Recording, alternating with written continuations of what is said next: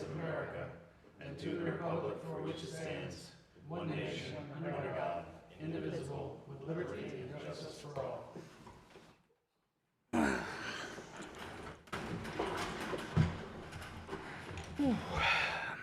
First up, we have review of the minutes from May 6, 2026 and May 11th, 2026 regular meetings.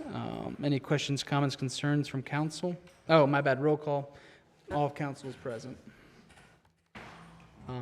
Anybody got anything on the minutes? Hearing none, I am proceeding forward. I am opening up the public hearings regarding ordinance 07-2026 fiscal year 2026-2027 operating budget and ordinance 10-2026 accessory dwelling units. Both those public hearings are now open. If anybody would like to address, please motion to come forward and speak. They'll remain open for the duration of the meeting, and we'll close it at the end of the meeting. Next up, we have council member statement regarding conflicts of interest on agenda items. Would any council member like to make a statement today?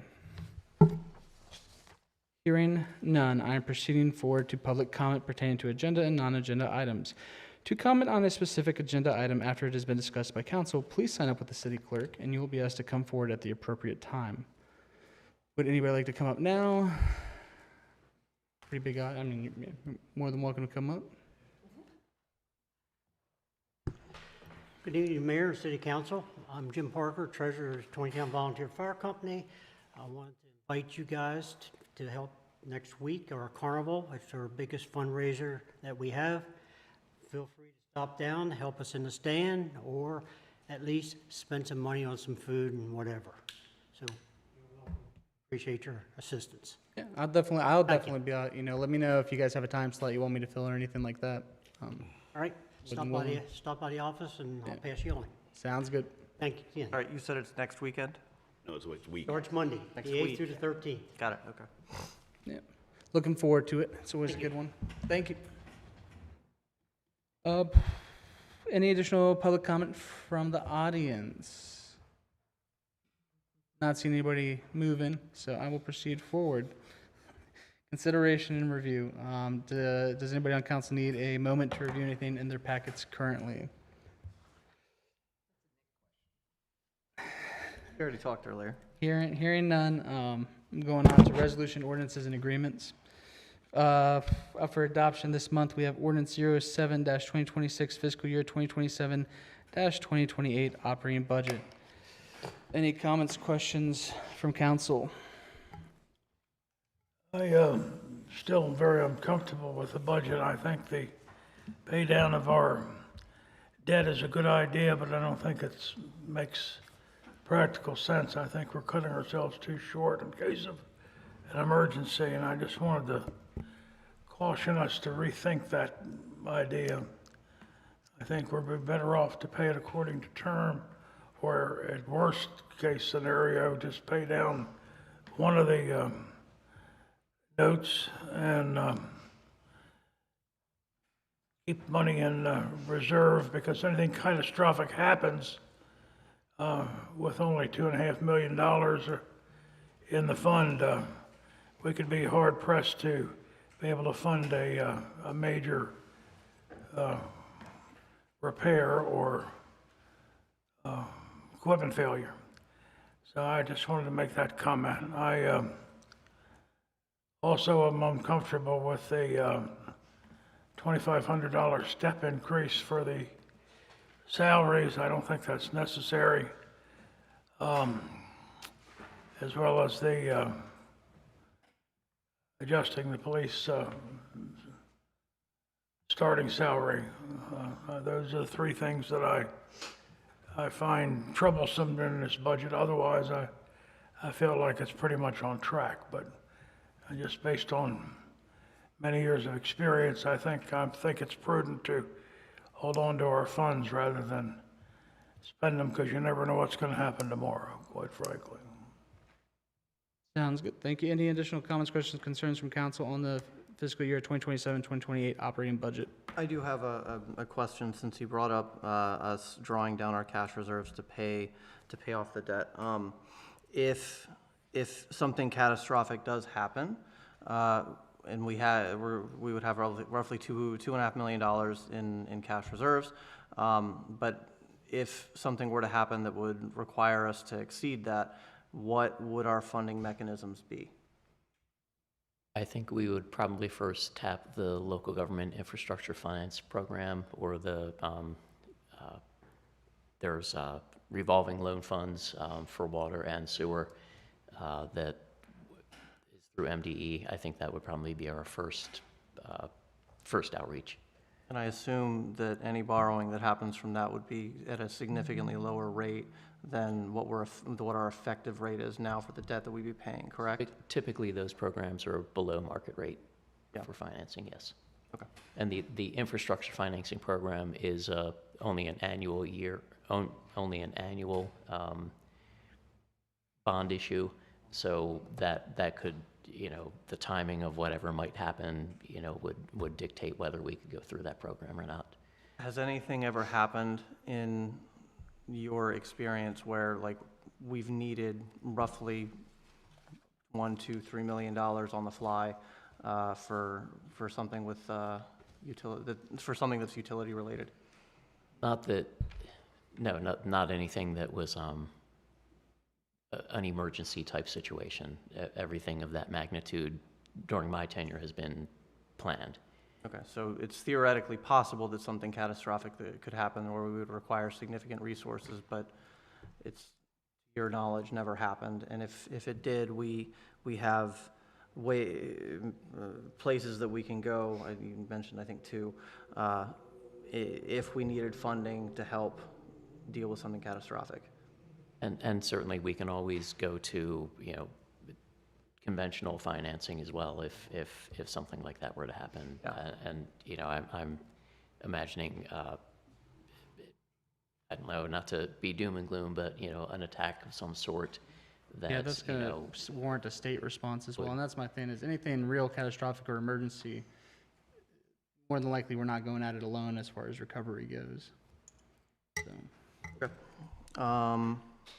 Yeah, I think that was really my only question since he was brought up. Thank you. Any additional comments, questions, concerns on the fiscal year 2027-2028 operating budget? Hearing none, I am proceeding forward to ordinance 08-2026 bicycles. Jim, this is the same thing we had from last time, right? I don't think we So received any on- submittals. On the table, Lieutenant Castellar shared some suggestions with me this afternoon, and I did a track changes version. So there's a couple sections on section 2, a couple changes in the red text with the basically it's just consolidating things. Sorry, I don't have, It's on the. You mean on like the corner of subsection, this. like section 1 subsection? Because there's no section 2. It's on the page, Okay. back page, flip it over. Right there. Oh, okay. So section 2, enforcement of helmet requirement, is just basically streamlined a little bit. Still technically don't have a section. And from the staff and department perspective, this is contrary to what this version has, but, we would like to see some ability to escalate for recurring violations. But I understand that wasn't really the intent of the way it was drafted here. So if you're willing to kick that idea around a little bit, this could change further, but as written, we thought some streamlining would be in order. Sure. And then the other thing that changed from what you saw last time is the, The 90 days. right, changing the 180 days for unclaimed bicycles or electric bicycles to 90 days. So 180 days just seems excessive from a practical standpoint. So it's a long time to sit on a bunch of bikes.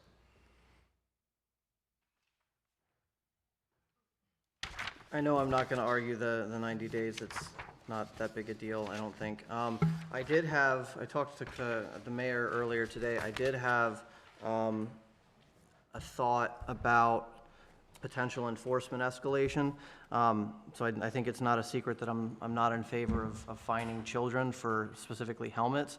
But I know that in Maryland they have basically driver improvement programs. for cars, so I was wondering if maybe they're, like, if somebody gets 3, 4, 5, whatever, however many citations for helmet-related stuff, if we could do something like a bicycle safety program where it's like, okay, we're not gonna take away, money from kids, but kids have an abundance of time, so it's like, okay, you're gonna have to sit in the police station for 2 hours while we lecture you about bicycle helmet safety. I think that might do something. I'm not really sure. I just know I'm personally not in favor of monetarily fining children because they're being they're being kids. Yeah, and that's so the council members mainly, he's looking to figure out a way that there's some kind of relief on the monetary aspect for. Very many agencies that do a program like that, as far as like travel improvement for bicycles. But I'm sure there's something that we could develop in the long run to kind of And that might do go. it that way. Just set certain times throughout the year where we do like a bicycle safety course. Especially since we have the bike unit, again, that might go Yeah, hand in yeah. hand with that. Again, that's And I know that's the council member's main concern really is, Yeah. again, just some way of relievement from the actual monetary part. And, when discussing with him, I do consider it a decent idea is that they do some kind of, crash course, bicycle course at the police department. They sign off on it, they get their bike back, I think If that's they keep doing it, you keep bringing them back. That's Like, what I'm saying. I mean, At that's some what I'm saying. point, If they're there's gonna be an like, okay, I'm just gonna wear the damn helmet so I don't have to Well, keep yeah, if coming they here. continue to do it, what are we going to, I don't know if we're going to do another driver or a bicycle improvement kind of Right. thing, but I believe I always believe there should be an escalation of consequences, but. Yeah, I mean, I don't disagree with, if you're doing the bad thing, like eventually you've got to go up. I mean, I'm just not in favor of Maybe of we- No, I understand that. monetarily We can finding discuss kids. it Like, more that's and come up kind of with a wild to me, solution. right? Yeah. Well, one thing, Nick, I mean, if we were able to set the civil penalty ourselves, I mean, would you want to consider having an ordinance for under 18 as a community service rather than a Community monetary service is fine? fine too. Yeah, then that Yeah, way we but can take away their time, like, Well, going back to the time pin, we can make it pretty punitive. Like, hey, you have to spend 10 hours in community service, clean up our parks, or there's a lot of things we could have the kids do that are productive, Yep. if that is an issue. yeah, I'm okay with that too. Like, Then that- take away their time, make them do stuff, make them sit. be Going whatever. through like community service, I mean, that's something that would have to go through the court system. Yeah, so Oh, is that that's the what I'm gonna say limitation? is You that just the can't- community you can't service appoint part, you can't community just make them service do to- community yeah. service. Got it. Okay. Again, I think you could say, hey, we can waive the bike penalty fee if you come in and take a safety course, or you can pay the fee to get your bike back, but I don't think we can say you have to do X amount of hours through community service to get that back. That's a bit different. Even something as simple, if Yeah. we do so happen to impound the bike or e-bike, if they come to the station and show us that they purchased a helmet, we would release the Yeah. bike without any fine associated with that. As long as, our main focus is them having bike safety and having a helmet, if they show us proof, then we'll just release the bicycle back to them. That's another avenue that we can go. We'll Something brainstorm. to think about. We'll brainstorm some more before Monday. Absolutely. And maybe we'll bring 2 different versions to council. Again, what we have here, and then maybe some additional changes that we make over the weekend and into the week. But again, I know we're trying, and it's, again, nobody wants to make any kind of revenue off of a bike impoundment. So like Jesse said, even just bringing in a helmet showing that, hey, I have purchased a helmet since you said that, that's a good one as well. We'll talk more on it. For my own piece, while I recognize that we needed to add electric bicycles, even though bicycles in the name to this, seems redundant, but I'm not as comfortable going the complete just enforcement route. I'd rather see something that does more public outreach first than go straight to this. So that's where I'm at. I'm not necessarily in favor of just drafting another enforcement thing that may or may not bear fruit And I do know Haley at the police department, they are working on a bicycle public outreach that's gonna go straight into the summer essentially. Because obviously, once kids are out of school, we're going to see a lot more of the activity on the road. So they're basically gonna kick that off right as school's releasing. And I know she has a couple different programs lined up for that. So you guys should be seeing that on social medias here soon. So again, we're kind of doing a bit of both worlds here. You know, again, we already have the ability to impound bikes currently. We haven't utilized it since I've been here. I will tell you, I do get a decent amount of complaints right now regarding e-bikes and bicycles. Well, I was gonna say, Roberts Mill is the e-bike Autobahn right now. That's true. I see not like wrong, 10 of yeah. them I was gonna say, they go by, they give zero craps about stop signs. I mean, I'm not saying that there's not an issue. Grand has a lot of bikes. And that's what we want to make sure is proportionate, proportionate to the problem where it isn't, again, we don't want to over ordinance, obviously. Again, if anybody has additional feedback, concerns, please email them between now and Monday and we'll incorporate what we can. Again, Nick, I'm going to follow up with you. I'm going to follow up with Jesse. Again, see if we can't find a good happy medium. Yep. Then we'll get things together. Any additional comments, questions, concerns by council on this before I proceed forward? Hearing none, I am proceeding forward to the ordinance 09-2026 fiscal year 2027-2028 tax rate. It is remaining the same. It is unchanged as proposed. Any comments, questions, concerns by council? Hearing none, I am proceeding forward to ordinance 10-2026 accessory dwelling units. I will open the floor to council. Whoever wants to start us off, if the questions, comments, concerns? Just double checking, Jim.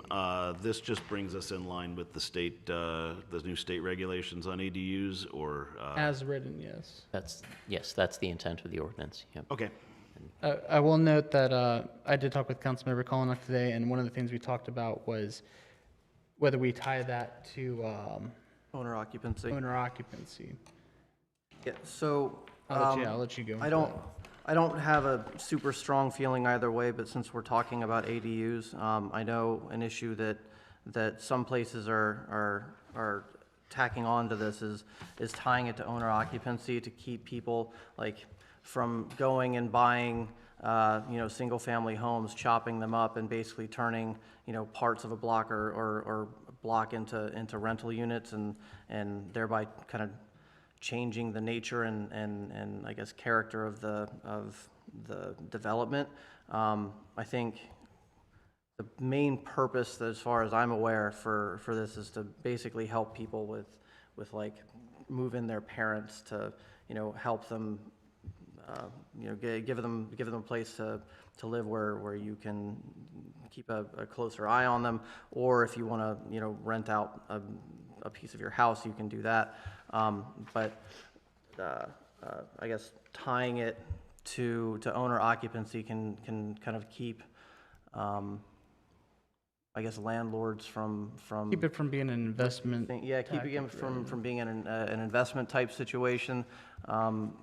That basically completely eliminates supply from the market, so other people can't come in and buy houses, which you guys may or may not be aware, but owning a house is the primary wealth building tool for most people. Most people's wealth is tied up in their houses. So curbing that behavior may be something that we want to think about. Also, kind of along those lines, I know some places are considering banning Airbnb type situations from those types of ADUs, because it can, I guess, create adverse effects or knock-on effects for the people that live in the neighborhood, as you have people coming and going, every week, every couple of days or whatever from these Airbnb type units in their neighborhoods. That's a good point, because that also takes away from our wedding type community that we have right here, and the people that have hotel accommodations in town. It detracts from a quality, residential for something like that. One thing of note, I will note that for instance, when it been used, the Tannery Barn, for instance, have requested additional ways to find places for their guests to stay, essentially. That, that's what that's what I recall from it's a conversation I had with economic development Ramesh back when he was here, was that again we were having more requests of finding more ways of additional lodging in the area. Well, then we should support that, but I would hope we're not saying let's turn all of our community into Airbnbs to accommodate that need. No, but accessory dwelling units aren't necessarily turning our housing market into that. It would be. Because you can do accessory dwelling units as those Airbnbs with less of an imprint on the properties.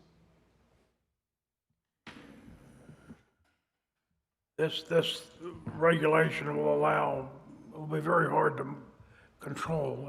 There's be no, once you allow these accessory dwelling units, you just open the door for anything goes. That's what happens. It's a woke idea that hasn't come about.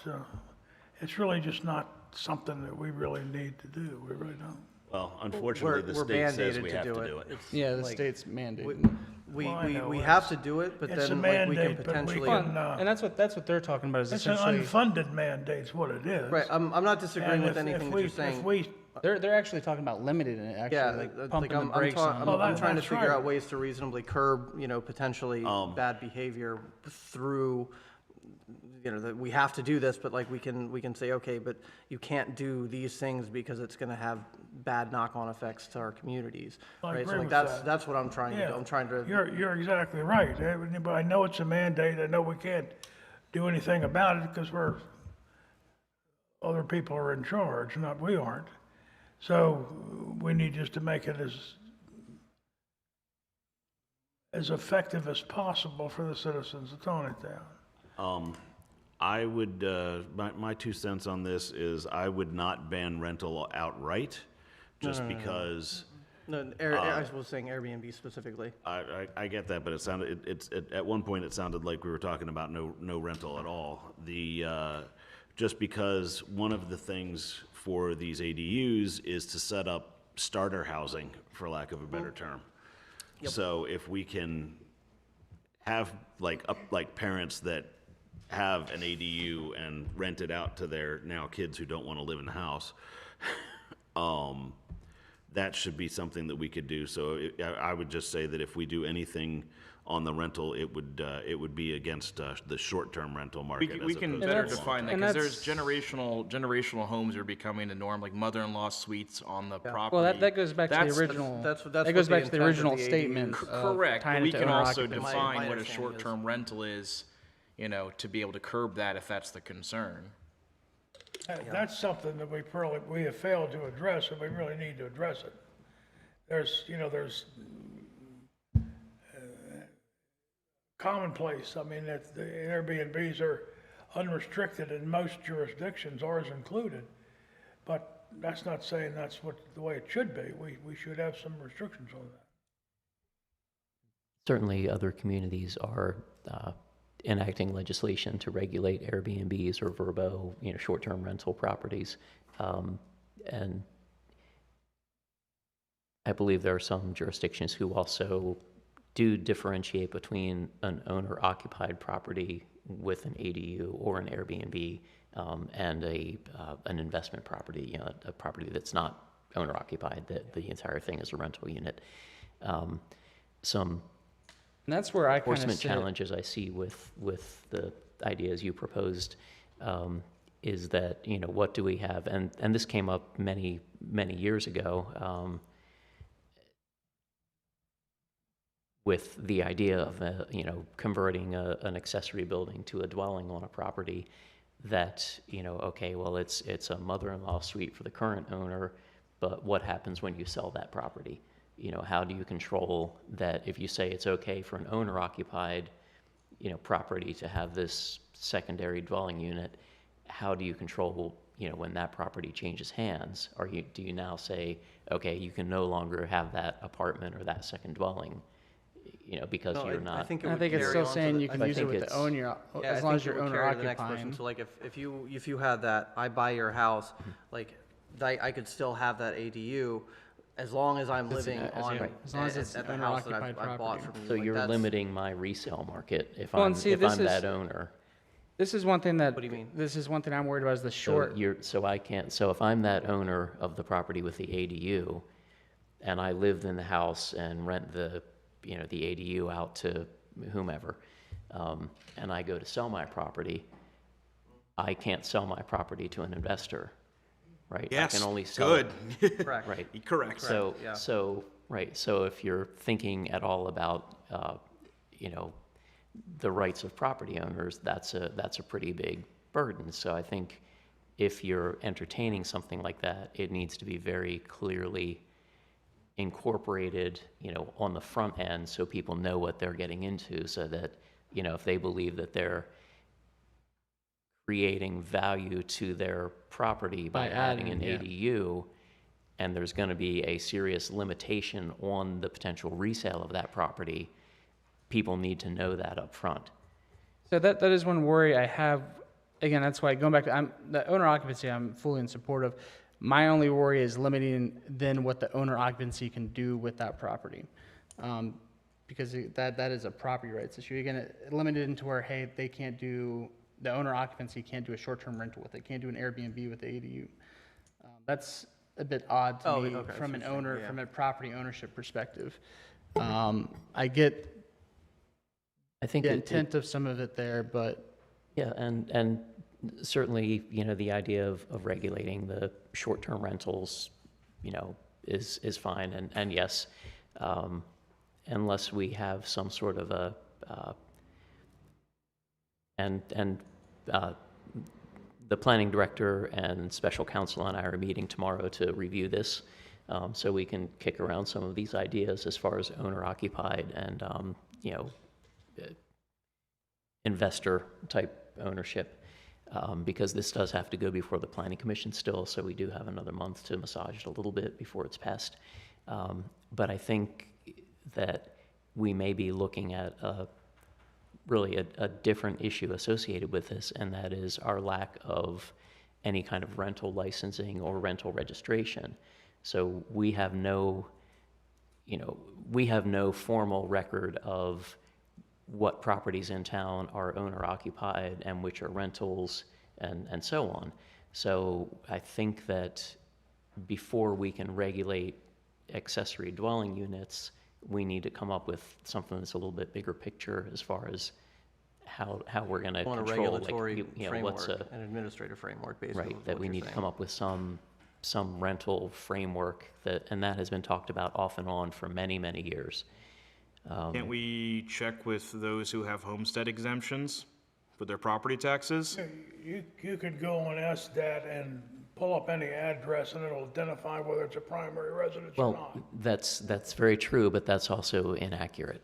it's, I mean, I'm gonna tell you, that's super, Accurate as it can be. I'll put it Right, that we, way. we run into a lot of situations where we're approaching a property believing it's owner occupied to find out that it's a rental and, the owner moved out 18 months ago and never updated the tax records to reflect that.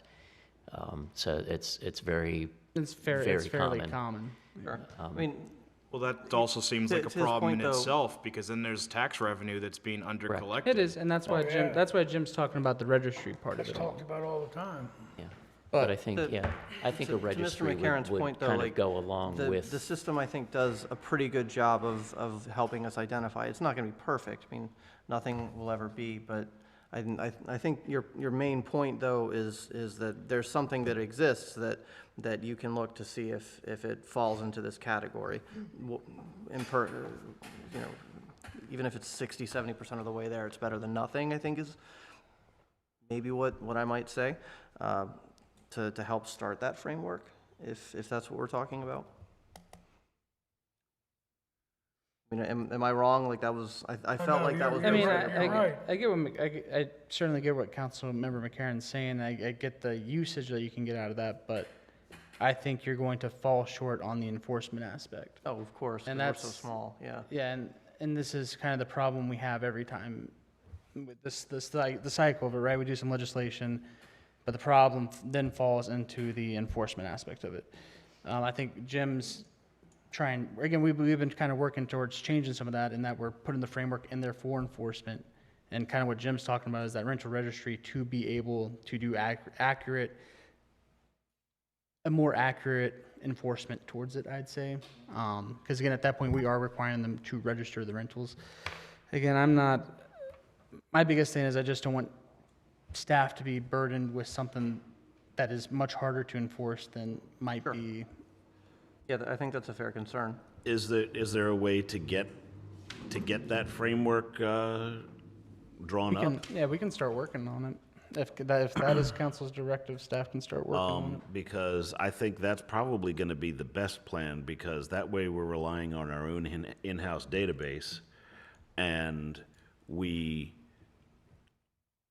know the stats of our own town at that point of what's rental and what's not. I think that might be the best plan to start. If there's capacity for it, yeah, I think so too. I think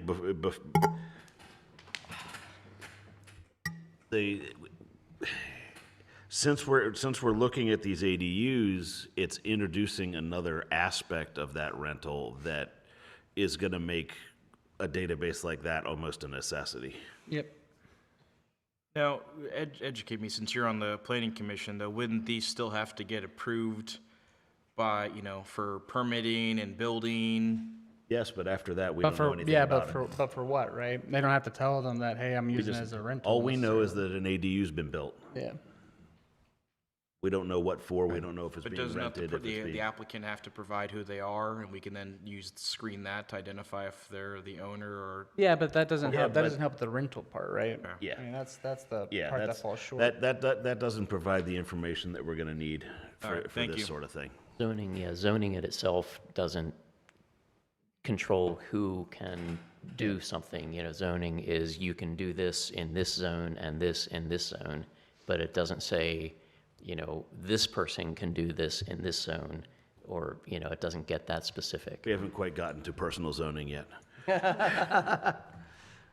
Something else that actually I read about after we talked that is kind of some potentially to look out for here is if you create ADUs within your home, we may want to think about whether or not we want to curb the potential of like, okay, I have a 2,000 square foot home, I've chopped it up into 50-50, so 2 units that are 1,000 feet each. I sell one of those units for 1,000 feet. So like I'm still living in the other half of the home, but I've sold this other half to somebody else.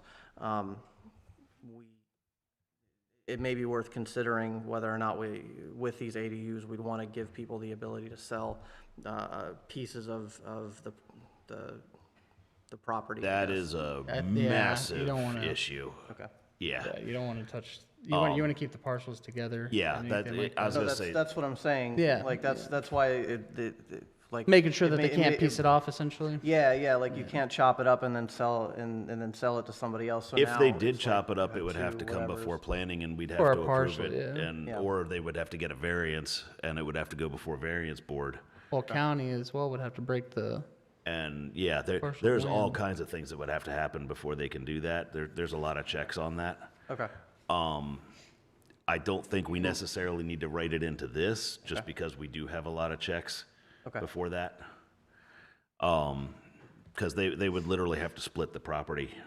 And there's a bunch of requirements to be able to do that, especially if there's a dwelling unit on it. Okay. Got it. Unless Jim, Let's say, unless I'm I- completely wrong. Right.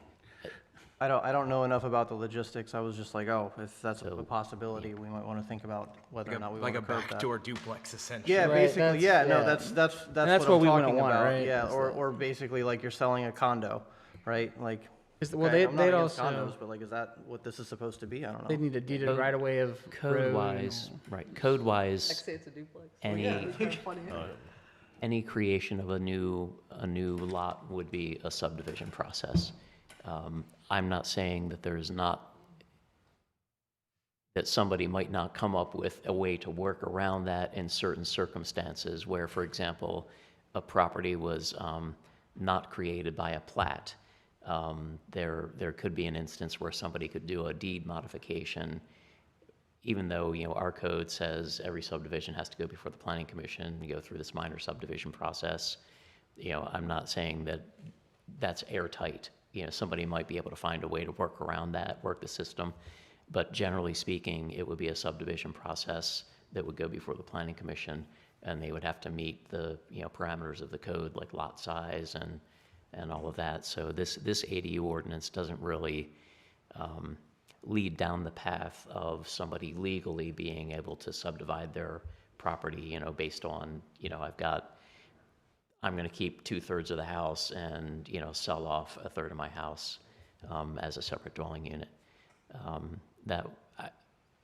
While I can't sit here and promise it could never happen, it is highly unlikely. And we have had individuals who have wanted to subdivide semi-detached homes that were built many years ago that eventually gave up the thought of doing that because of the building code related regulations, to do so. So it can be quite a process to subdivide an existing lot, and an existing building could be even more challenging. Yeah, because I think the latest one that came before us was there was a lot on Baumgardner between 140 and Roberts Mill coming in on the left. There was a lot and one lot, and they wanted to subdivide it into two, so that had to come before us. We had to see the plans. We had to see the whole kit and caboodle. And even the one I was thinking of was an older home that actually had been built as a semi-detached, as 2 dwelling units, but it was on one piece of property. Yeah, never separated. And the way it was built, the plumbing wasn't, completely isolated from one side of the house to the other. It didn't have separate service lines. It didn't have separate sewer lines. It didn't have, completely isolated electrical circuits, and it just became daunting for the homeowner to, go through all of that to be able to sell, half of the house off. So it kind of almost goes back to your owner occupancy. Your average owner occupant's not going to be able to, probably not going to go through a process like that, right? To try to get an ADU off their property. Maybe, if you're an investment firm, I don't know, somehow you could make the finances work to go through the process, and we're not sure. But again, at Goma, I really am in favor of the owner occupancy part. I think that does tie it a bit more. We're gonna do some talk on what that really looks like. That doesn't go too far. Yeah, you said you're already meeting with Gallo about this, so like I don't even know if that's legal for sure. I'm not sure if that would still fit within the state's. Yeah, there are new requirement. parameters for it. Yeah. And that's kind of my worry is, again, their thing is to really preempt a lot of what we can even say on ADU. So, run it by the attorney, and let's see what they come back with before we get too far in. Any additional comments, questions, concerns by council? Ordinance 10-2026, accessory dwelling units. Hearing none, heading forward to Resolution 2026-04, Capital Improvement Program for fiscal years 2027 through 2032. Any additional comments, questions, concerns by council? Hearing none, proceeding forward. I'll just comment if I could. The Planning Commission did make a Oh, yeah, I favorable was recommendation at their May meeting. Good catch, good catch. Proceeding forward, Resolution 2026-05, fee schedule for 2026. Did we adjust anything in this? I don't think we did, right? Not this year. I know we talked about a couple different things, but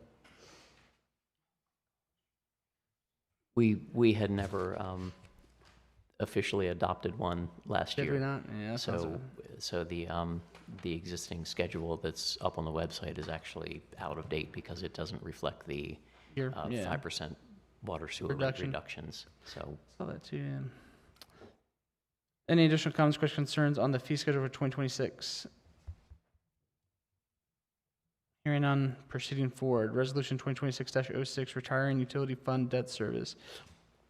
This is the one that you just added, right? Correct. For the, this is what allows the payment on the debt service for the water and sewer loans. We're paying off, what, 2 notes, right, Jim? right, water infrastructure financing, drinking water bond, and the Community Development Administration infrastructure loan refunding. And that's part of what balances the current budget, just so everybody's aware. Correct. And, sorry, can you remind me the cash outflow to pay these off? I did not put them in the resolution because we didn't have the exact dollar figure. Ballpark, like 3.5? It was. I think it's in the minutes. Yeah, it was close to, I thought it was like 3.6, 3.8 maybe. That sounds like what I kind of remember, okay. Yeah, That sounds, Yeah. that sounds about right. Yep. I don't remember the exact number, but it sounds, Again, this is just basically giving us the authorization to make that payment. Yep, So yeah, yeah. I will look for that figure while we go on.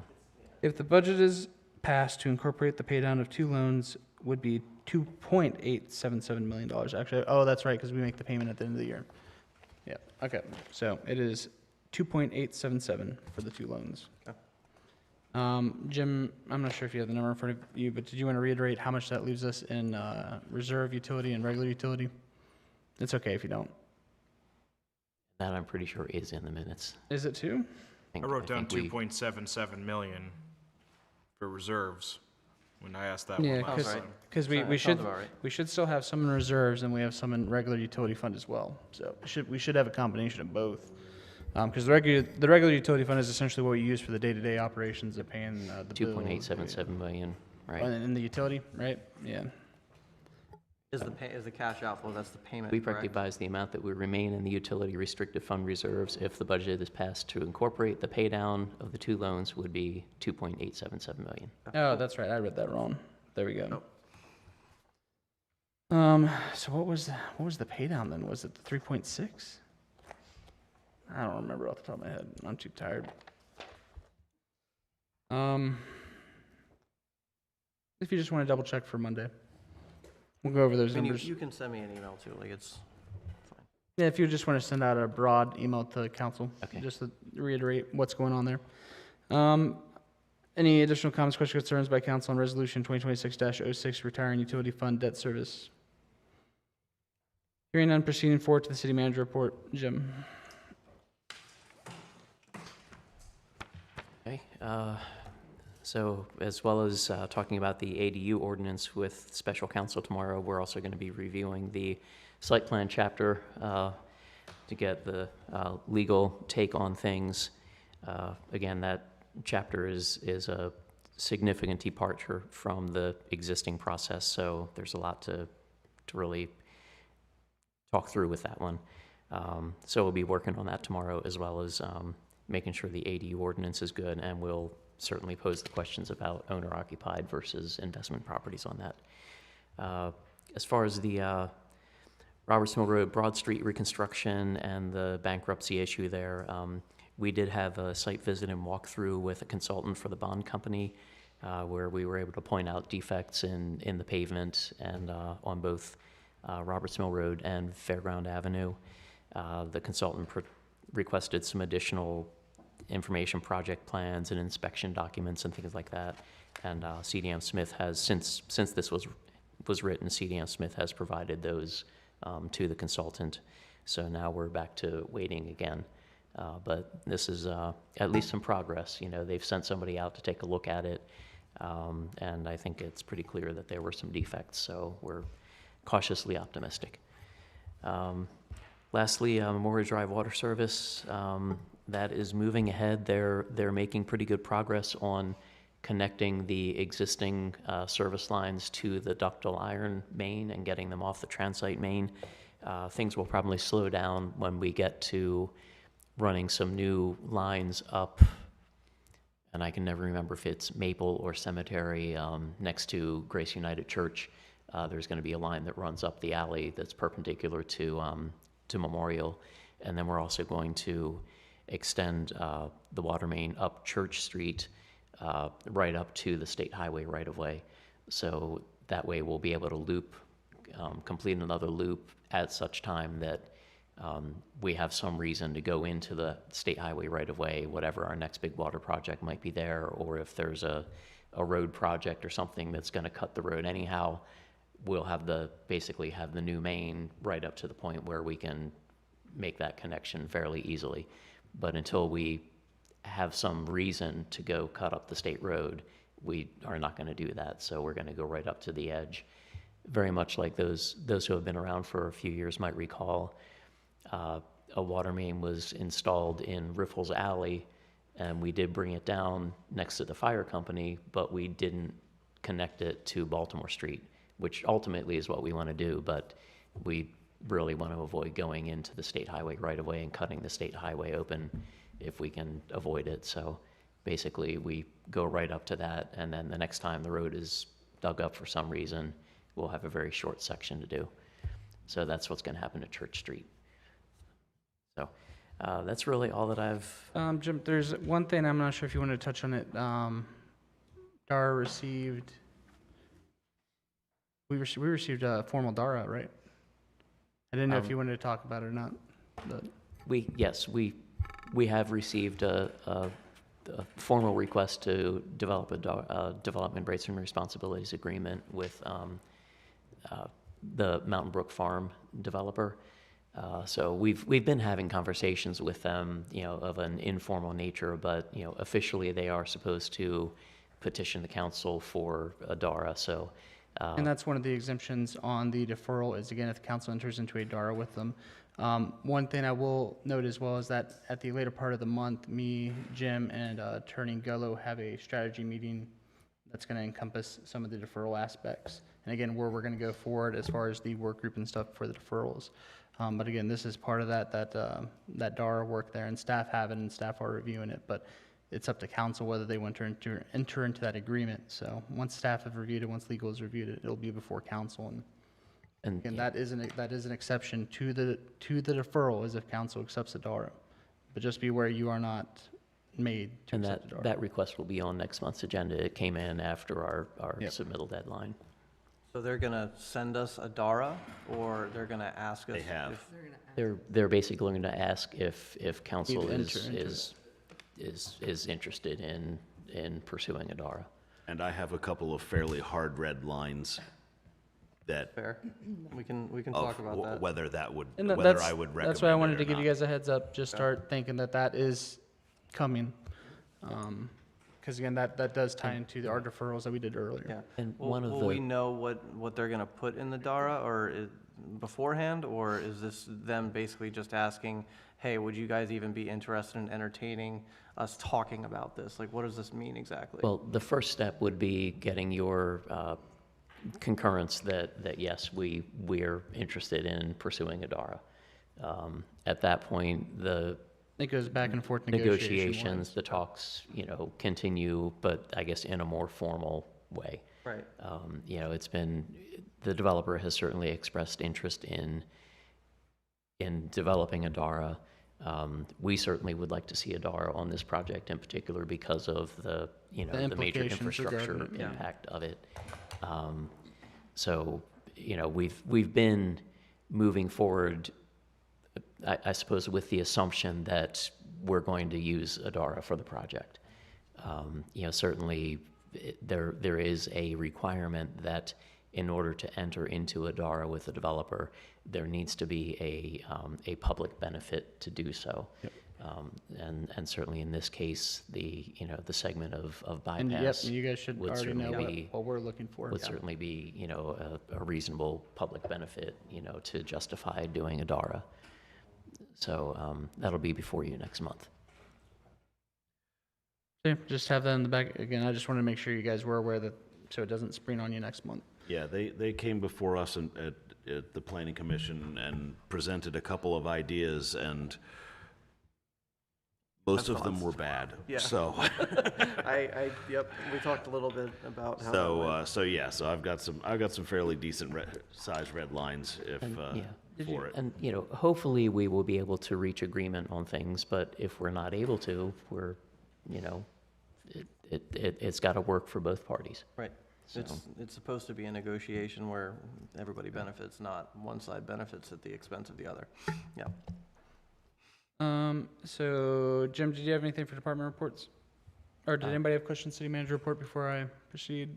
I had a couple of questions about water stuff on DBW. So I remember, One second, Jim, do you have anything department reports then? Like any- Nothing specific to nothing highlight. specific? Okay, you're good to go then. yeah, so I remember Kevin sent, a strongly worded email about, I guess well levels were pretty bad before Memorial Day and all the rain.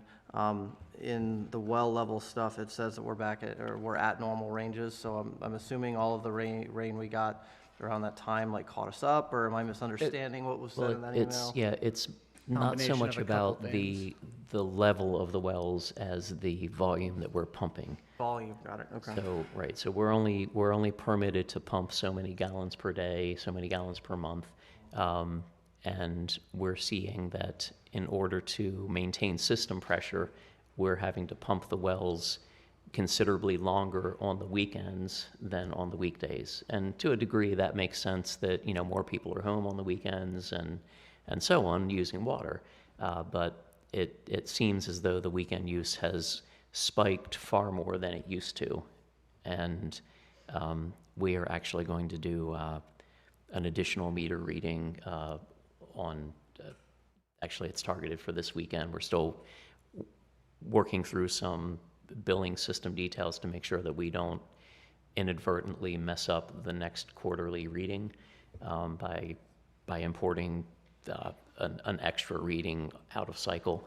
So we're kind of working through exactly how to do that and get the data out without messing up the billing system. And the idea there is just to find any outliers. If we're able to find those, But we're after talking with the mayor, the idea is to try to see if we spot any outliers, any like extremely high users, and maybe, do some outreach to them specifically before we pursue, any kind of a blanket request. Of course, conserving water during a drought period is always advisable, but if we can identify that there are certain users that whose use has really spiked over the weekend, we can reach out to them specifically and remind them that we're still, under voluntary water restrictions, and we're asking people to, use conservation practices and minimize their usage. So, And I think we talked a little bit about this a month or so ago.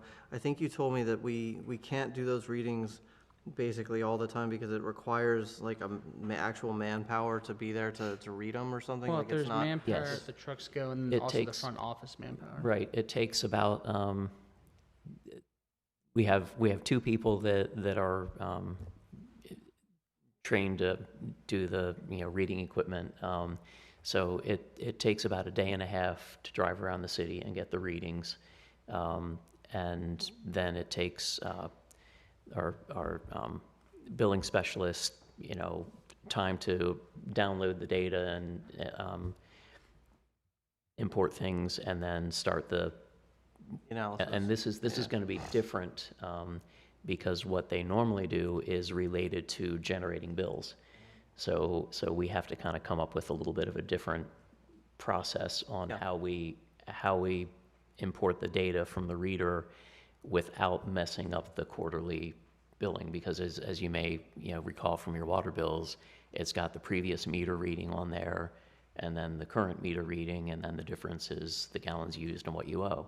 So if we do an extra reading, we don't want that to mess up what's going to be on somebody's next bill. So we can't just like do an extra cycle, because that will skew people's. We're basically looking to see if we can close off Right. We need to figure out how to get the data imported into like an Basically, Excel format or yeah, something you without. You want to ring fence this read Right, so that it doesn't right. affect other things, right? And it's I not get what something you're we've doing. done I before, get what you're so cooking. we're trying to be cautious and make Yeah. sure that we don't inadvertently mess anything up with, with anyone's billing, so. Right. So that, we're working on that, and, we're hoping to do readings kind of to bookend this weekend. Not sure what the weather forecast is. Last weekend, with it being a little bit cool, we didn't see the spike until Sunday when it got, warmer than it was on Saturday. But the pumps ran longer on Sunday once it warmed up. And I want which, council to which be- usually indicates more outdoor type usage. Sure. I do want council to be aware, again, I'm not trying to give staff an arbitrary task to just go out and do this. This is so we can kind of be a little bit more strategic in what we're looking at as far as usage goes. I want to make sure, again, we've explained to people, we've exhausted all options to make sure there isn't any outliers or anything outside of the norm that could be causing this.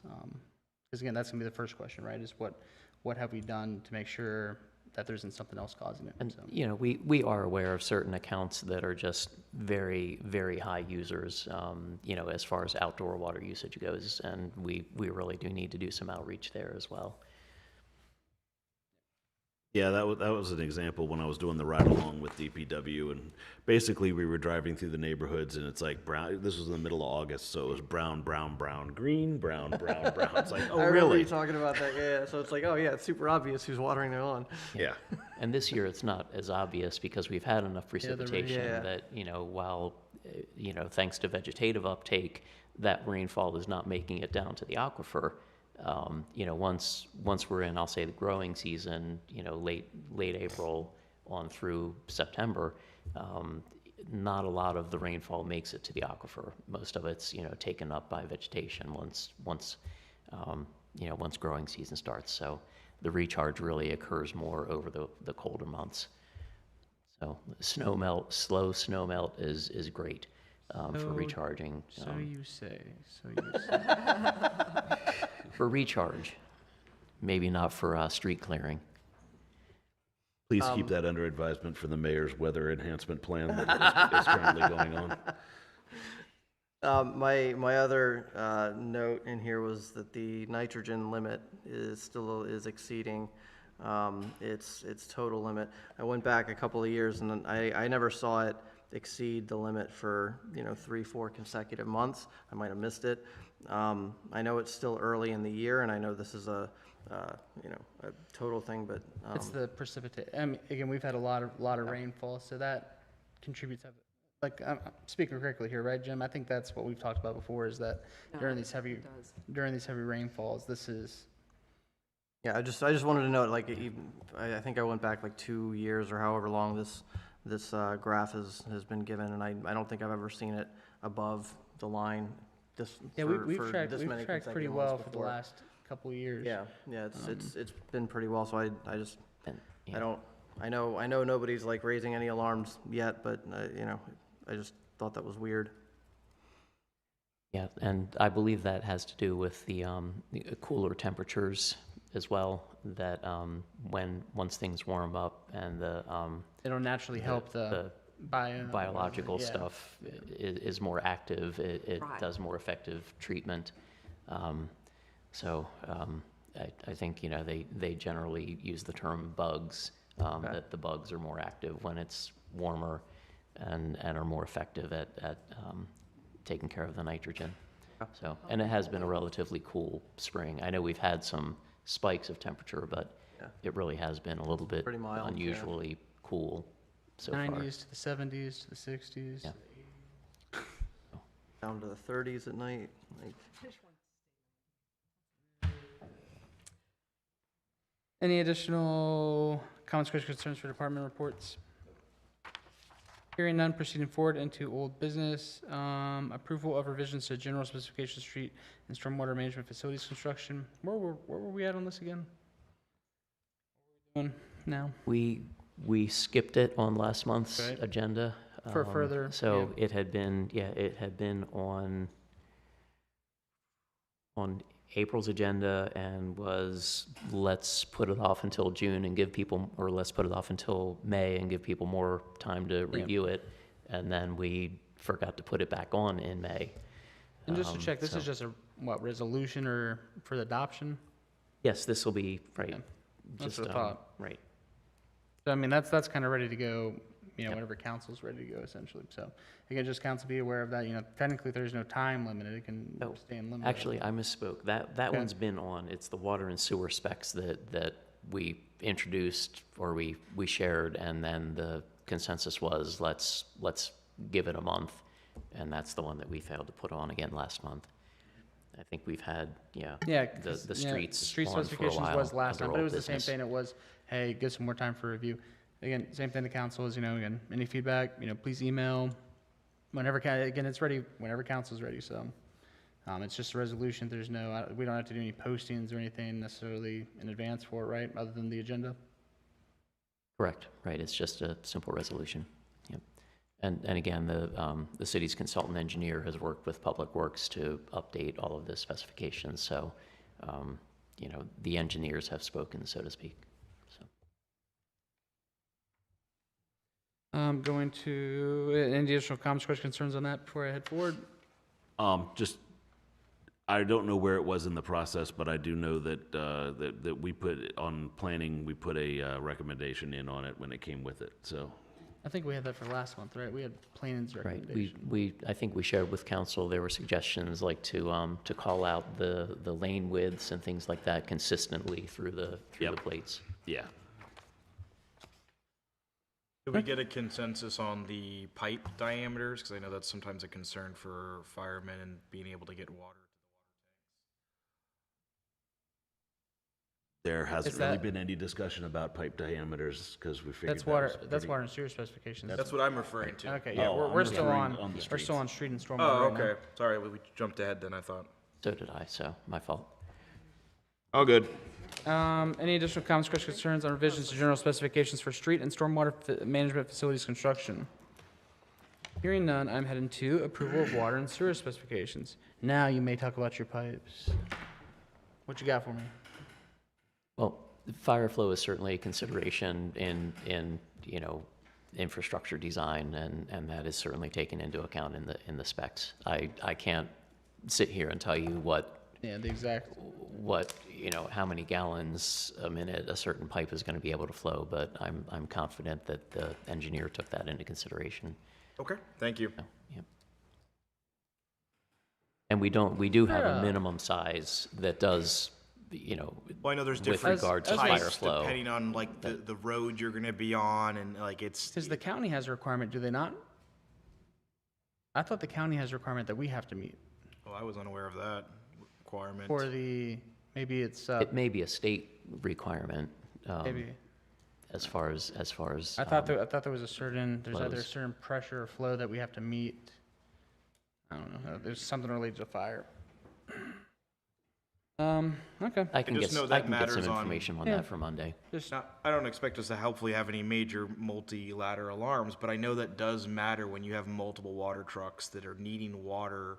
If you have, it Yeah. doesn't matter what the gallons per minute for pressure is, you need width to be able to handle water. and that's what we heard something, and this is just something I've heard on my end, is we heard something where, somebody came out to examine like sprinkler systems here, and one of the comments was the town doesn't have enough pressure for the sprinkler systems for the fire. But again, when our guys came out and tested it, the pressures came back fine. Okay. So far, our system is adequate for the current fire needs, even if you're adding sprinklers, as far as I'm aware.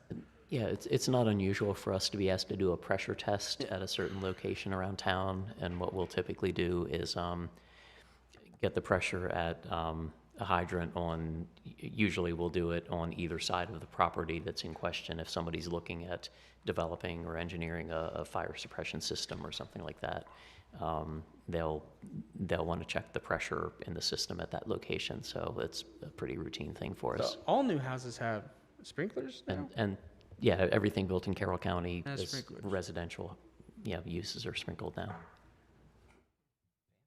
Thank you, Jim. Any Everything's flat. any additional comments, questions, concerns on approval of water and sewer specifications? Hearing none, I am proceeding forward to the two charter resolutions. Again, those are just placeholders, so I'm gonna go. Does anybody have any questions, concerns before I skip them? Skipping them. New business, monthly financial report, questions, comments, concerns by council. Hearing none, proceeding forward, accounts payables, questions, comments, concerns by council. Hearing none, proceeding forward, approval of special event permit, Good News Club, Roth Avenue Park, June 29th through July 3rd, 2026. Questions, comments, concerns by council? This is movies in the park, right? No. That's the Lions Club, isn't it? That's the good, Minute Good Faith. Oh, That's it. I know what you're The- talking about. I can't remember what it's the called. one in the Memorial Park. Yeah. You know what I'm talking about? Yeah, is that, remember what it's I want called. to say like the Men of good, Christian men or men of faith or Men of something. Yeah, like I was that. gonna say, that's, that one. yeah, that's why I was confusing it. yeah, it's not this one. This is Roth Avenue Park. I mean, did you have any details on it, Jim? I'm not too familiar with it. It's just what's in the packet. Oh, it looks like it was written in Yeah, crayon. I can't read that. It's, that handwriting is as bad as mine, so. They are. That sounds more like a.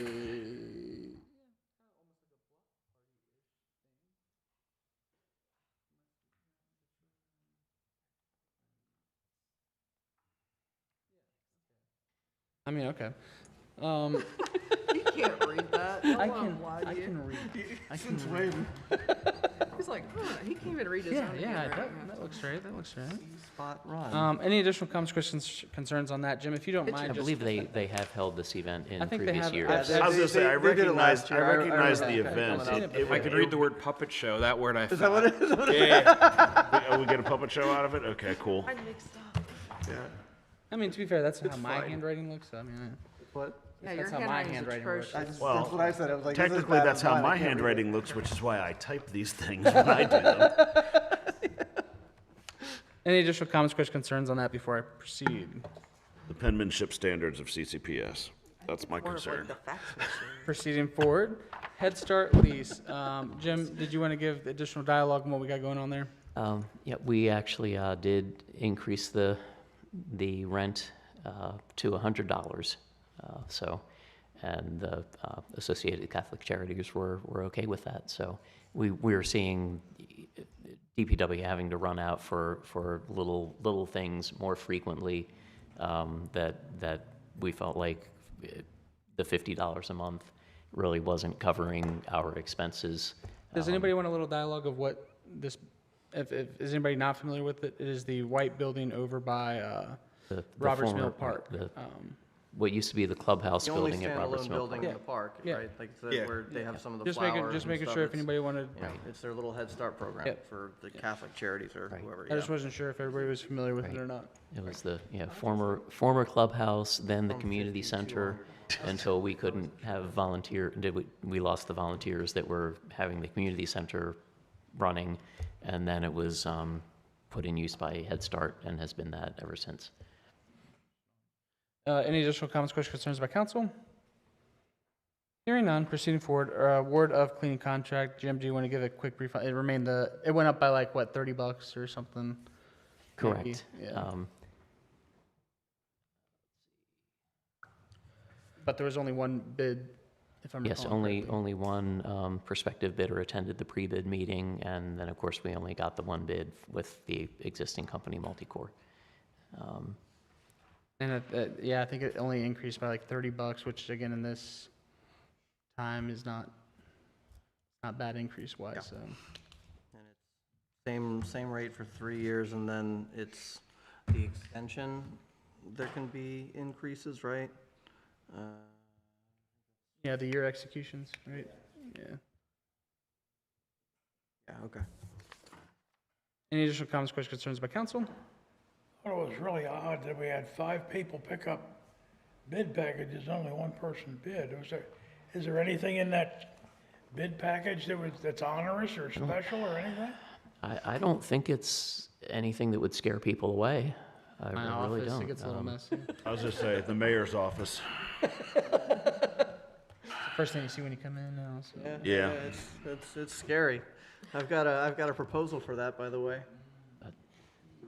But yes, the increase Pretty is long. It needs to be. It needs to be. $34.58 a Have you month. seen what he's done?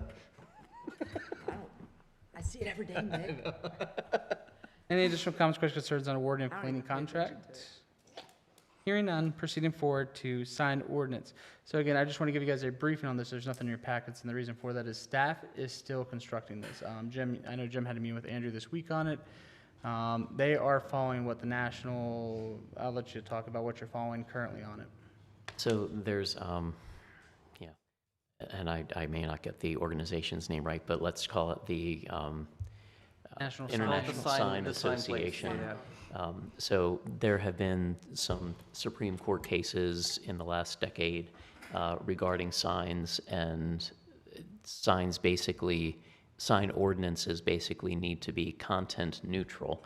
So you can't, our code is fraught with specifics of like what you can say on a sign in a particular zone, and the Supreme Court has found that to be unconstitutional.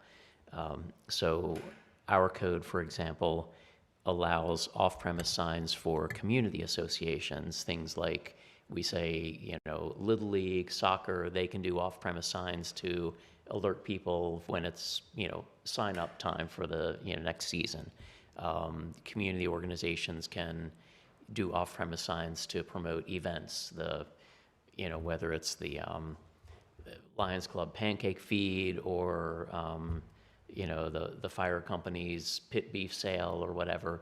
You know, they can get basically a free permit, get permission from the property owner, and put a sign on somebody else's property. Well, that's content-based because we're saying that this group can do it and they can say this on it, but then we, you know, don't allow commercial speech in that same scenario. So our code really needs some updates as far as becoming content neutral. I haven't gotten to the segment yet about on versus off-premise signs, but there is a model ordinance for content neutral signage that our zoning administrator's gotten from the association that he's reviewing currently. But you know, some of the things that we've talked about just in terms of what we hope to achieve with it, in addition to striving for it to be content neutral, is to relax the downtown business restrictions a little bit on signage to maybe be somewhat similar to what we do in the general business, where basically the bigger the building, the bigger the sign you can have. So there's kind of a proportionality to it based on the particulars of the site. You know, initially I had thought that we wanted to speak to political signs, but then you get back to that content neutral piece, and that becomes quite a challenge then, because you can't treat that message differently than some other message. So that's something that needs to be taken into consideration as well. You know, signage came up during the last election as to why the city wasn't enforcing campaign signs. And historically, we've steered clear of doing that. But I mean, there's several examples of municipalities being sued. yeah, so you know, and you know, as our special counsel has commented, you know, upon occasion, you know, everything, you know, is fine until it's challenged. So we're hoping that, you know, the revisions to the sign code will hold up if they are challenged. But also we do want to relax a little bit of the regulation on it. And there's a lot of things that are lacking right now. For example, we allow certain uses in residential districts like doctor's offices, museums, civic groups, libraries, all can be in a residential district. Well, the sign code doesn't allow signs in a residential district except for a very small, Or like limited, sailing. you know, like a yard sale sign, a home for sale sign. Things of that nature are allowed, but nothing else in residential districts. So what is the doctor's office or the dentist's office supposed to do? So historically, they've been granted sign permits, but that's really not allowed by the code. So we really need to update the code to speak to the non-residential uses that are permitted in residential districts. So we have something that our zoning administrator can refer to if somebody comes in to apply for a sign there. And our restricted general business district was created after the last major sign update. So technically, one could argue you can't put a sign in that district, but we allow businesses there. I guess I do have a question for you. So there's a bunch of issues with the current code. Is your is part of your process there for the enforcement to tie it to permitting for the signs? So I guess, because my next question would be, obviously, nobody's going to come in for a permit on a political sign, for instance. Right. And we need to speak to what signs are exempt from a permit requirement, if we're able, and I don't know if this gets into the content, neutral piece or not. But, certainly there are signs currently that do not require a permit. And I don't think that would have to change. So things like, a house for sale sign, a yard sale sign, something like that, those are exempt from a permit requirement currently. The code doesn't really speak to political signs, but we've never expected people to come get a sign permit for those. So if you said the Supreme Court said that we have to be content neutral in our, right? So what, I don't know exactly what that means. So like what types of things can we regulate for with signs if Where you can put them and how big they can be. where, how big? Got it. Is there a way, this is off the top of my head, is there a way to have like a temporary signage section? Yes, and we already do, actually, yeah. Yeah, I mean, that's kind of where I was, and I would figure that would fall under, like, political signage would fall under temporary, because obviously it has an end date. Right. And we've talked about that as well, because technically, you could put a political sign out for 5 years if you really wanted to. There's no, and we've talked about whether we need to open up, and this goes into something else, but whether we need to open up the range for when those signs can be out. 3 months before the active election, but the problem now I guess you come into actually is like primaries. Primaries happen before the generals for the bigger elections. And, yeah, and certainly there are some jurisdictions that do regulate the time. But again, it's dicey because of, again, that content piece. Yeah. So, if I'm interested to see what you guys come back with. I'm very curious about how others do address political signs, if they do at all, because in days gone by, it was not unusual for a code to say political signs can go up 60 days before the primary.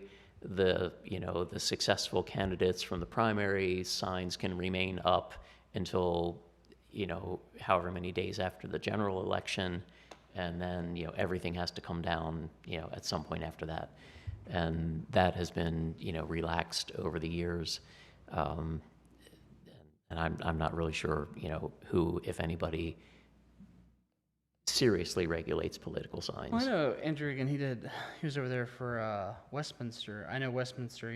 One of the examples that came up in the last election essentially was they had signs on their buildings similar to what happened here essentially. I think So again, theirs I'm are interested just regulated by size, I thought.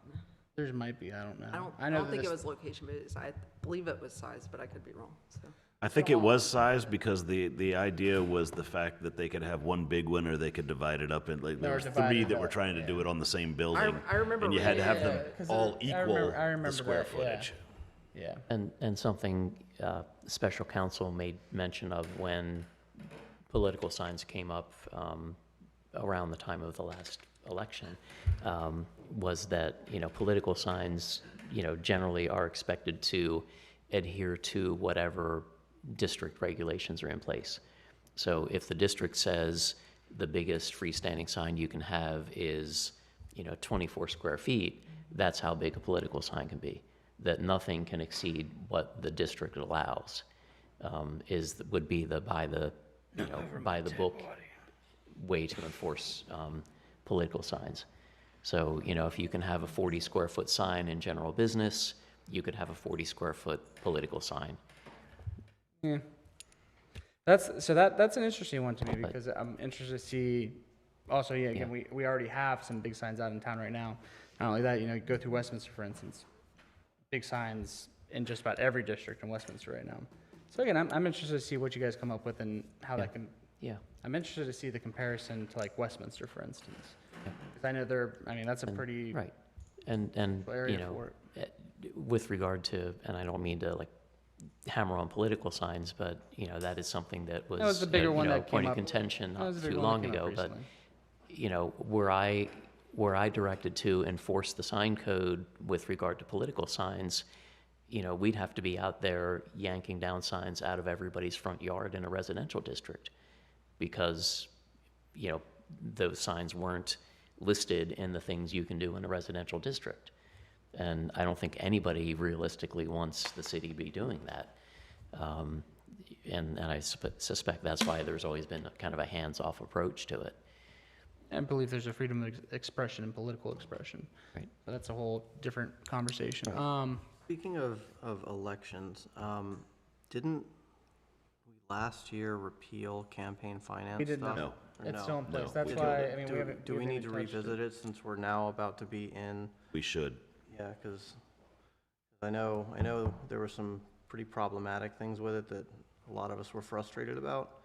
So I don't know, maybe that should start going on agendas and some. We can put it on for July to start touching on. I mean, everybody can start thinking of ideas, submit them in.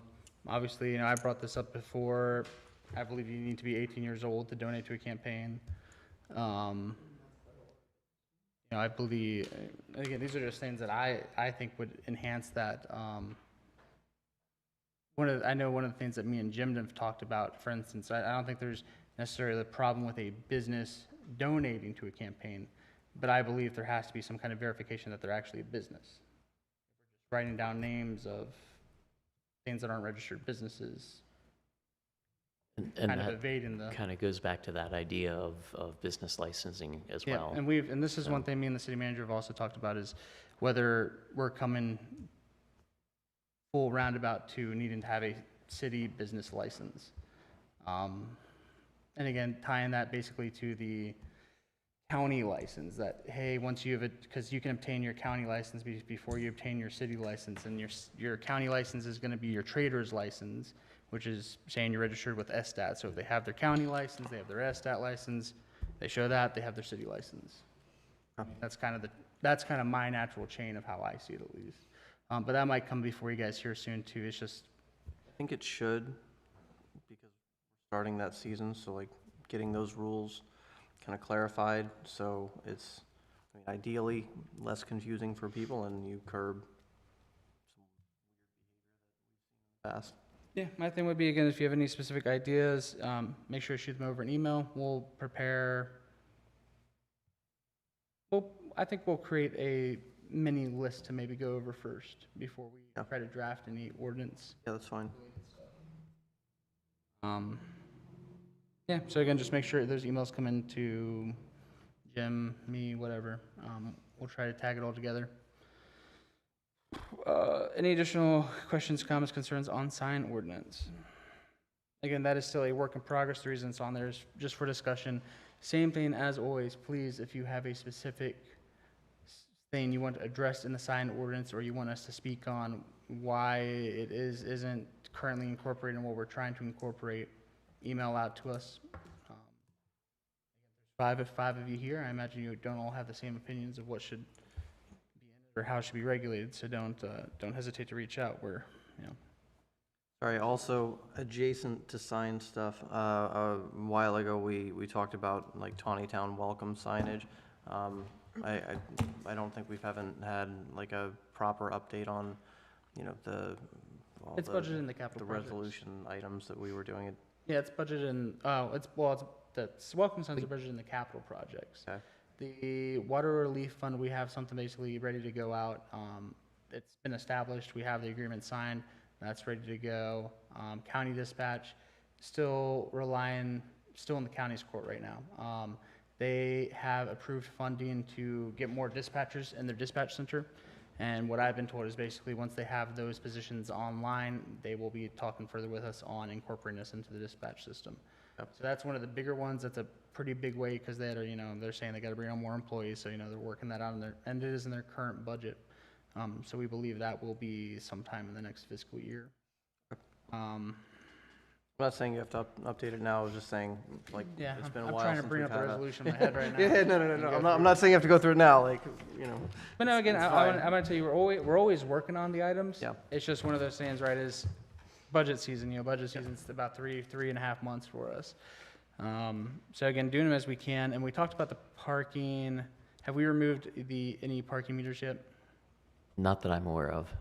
You guys didn't take a chainsaw to it yet? Let's make sure we, I'll circle back with yep, DPW. let's make sure we circle back on that. We want to get a test out this summer on it, so. Okay. I I'm will gonna, find a big pipe cutter. you could always, I'm not gonna say, I was gonna say, you could always maybe make them mementos. You can, I don't know, raffle them off or something. Yeah. We're hoping that we can just pull them up without damage to the sidewalks. The DPW's recollection is that they're not, they don't have anchors that are gonna cause the concrete to be ripped up when they pull them up. And we certainly don't want to cut them off and leave pipes in the ground for a future problem. If we have any infrastructure work we need to do. So hoping that they are just, relatively deep pipes that are bedded in sand, that with a crane truck we'll be able to hoist them out. I'm surprised nobody, because a lot of those are put in with streetscape, right? Surprised nobody remembers, I Yeah. guess, the installation. So, But if you pull them out and I can't use the Sawzall, that directly negates my need for frustration abatement. You could always make it like one of those pull the sword out of the stone kind of things. If you can hand rip one of those out, you just become the next mayor. I think Harry could do it. I think Harry could do it. Yeah, okay. Again, I know that was one that was recently, again, we want to see the test on that, see how the reception's looking and stuff like that. I'm going to proceed forward unless anybody else has stuff on signed ordinance. No. Hearing none. Oh, I do want to give one update, and it's probably going to be in the police liaisons packet. They did do truck enforcement, and they did a little bit of training in regards to that as well, right? Kind of shit, yep. So again, we had a truck enforcement earlier in May where they did some truck pullovers and was it ways? It was mainly check-in inspections and whatnot, right? Yeah. So again, we're still testing that out to see how we can incorporate that locally into our policing operation. But Like delivery trucks we're talking about? What is this? like the heavy trucks, trucks Food that come Lion through, the Okay, got it. Yeah, semis, whatnot. the big semis. Okay. Yeah. Yeah, I got you. So that was in collaboration with the Carroll County Sheriff's Department. And again, I think the understanding is we're going to try to do, I guess, more repetition. Or I think they said they were coming back out for that again.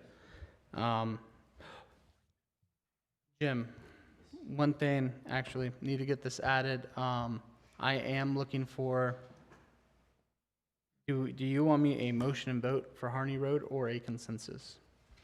To be able to accept, and I'll explain in a minute, depending on what that is. Because it is important. Yeah.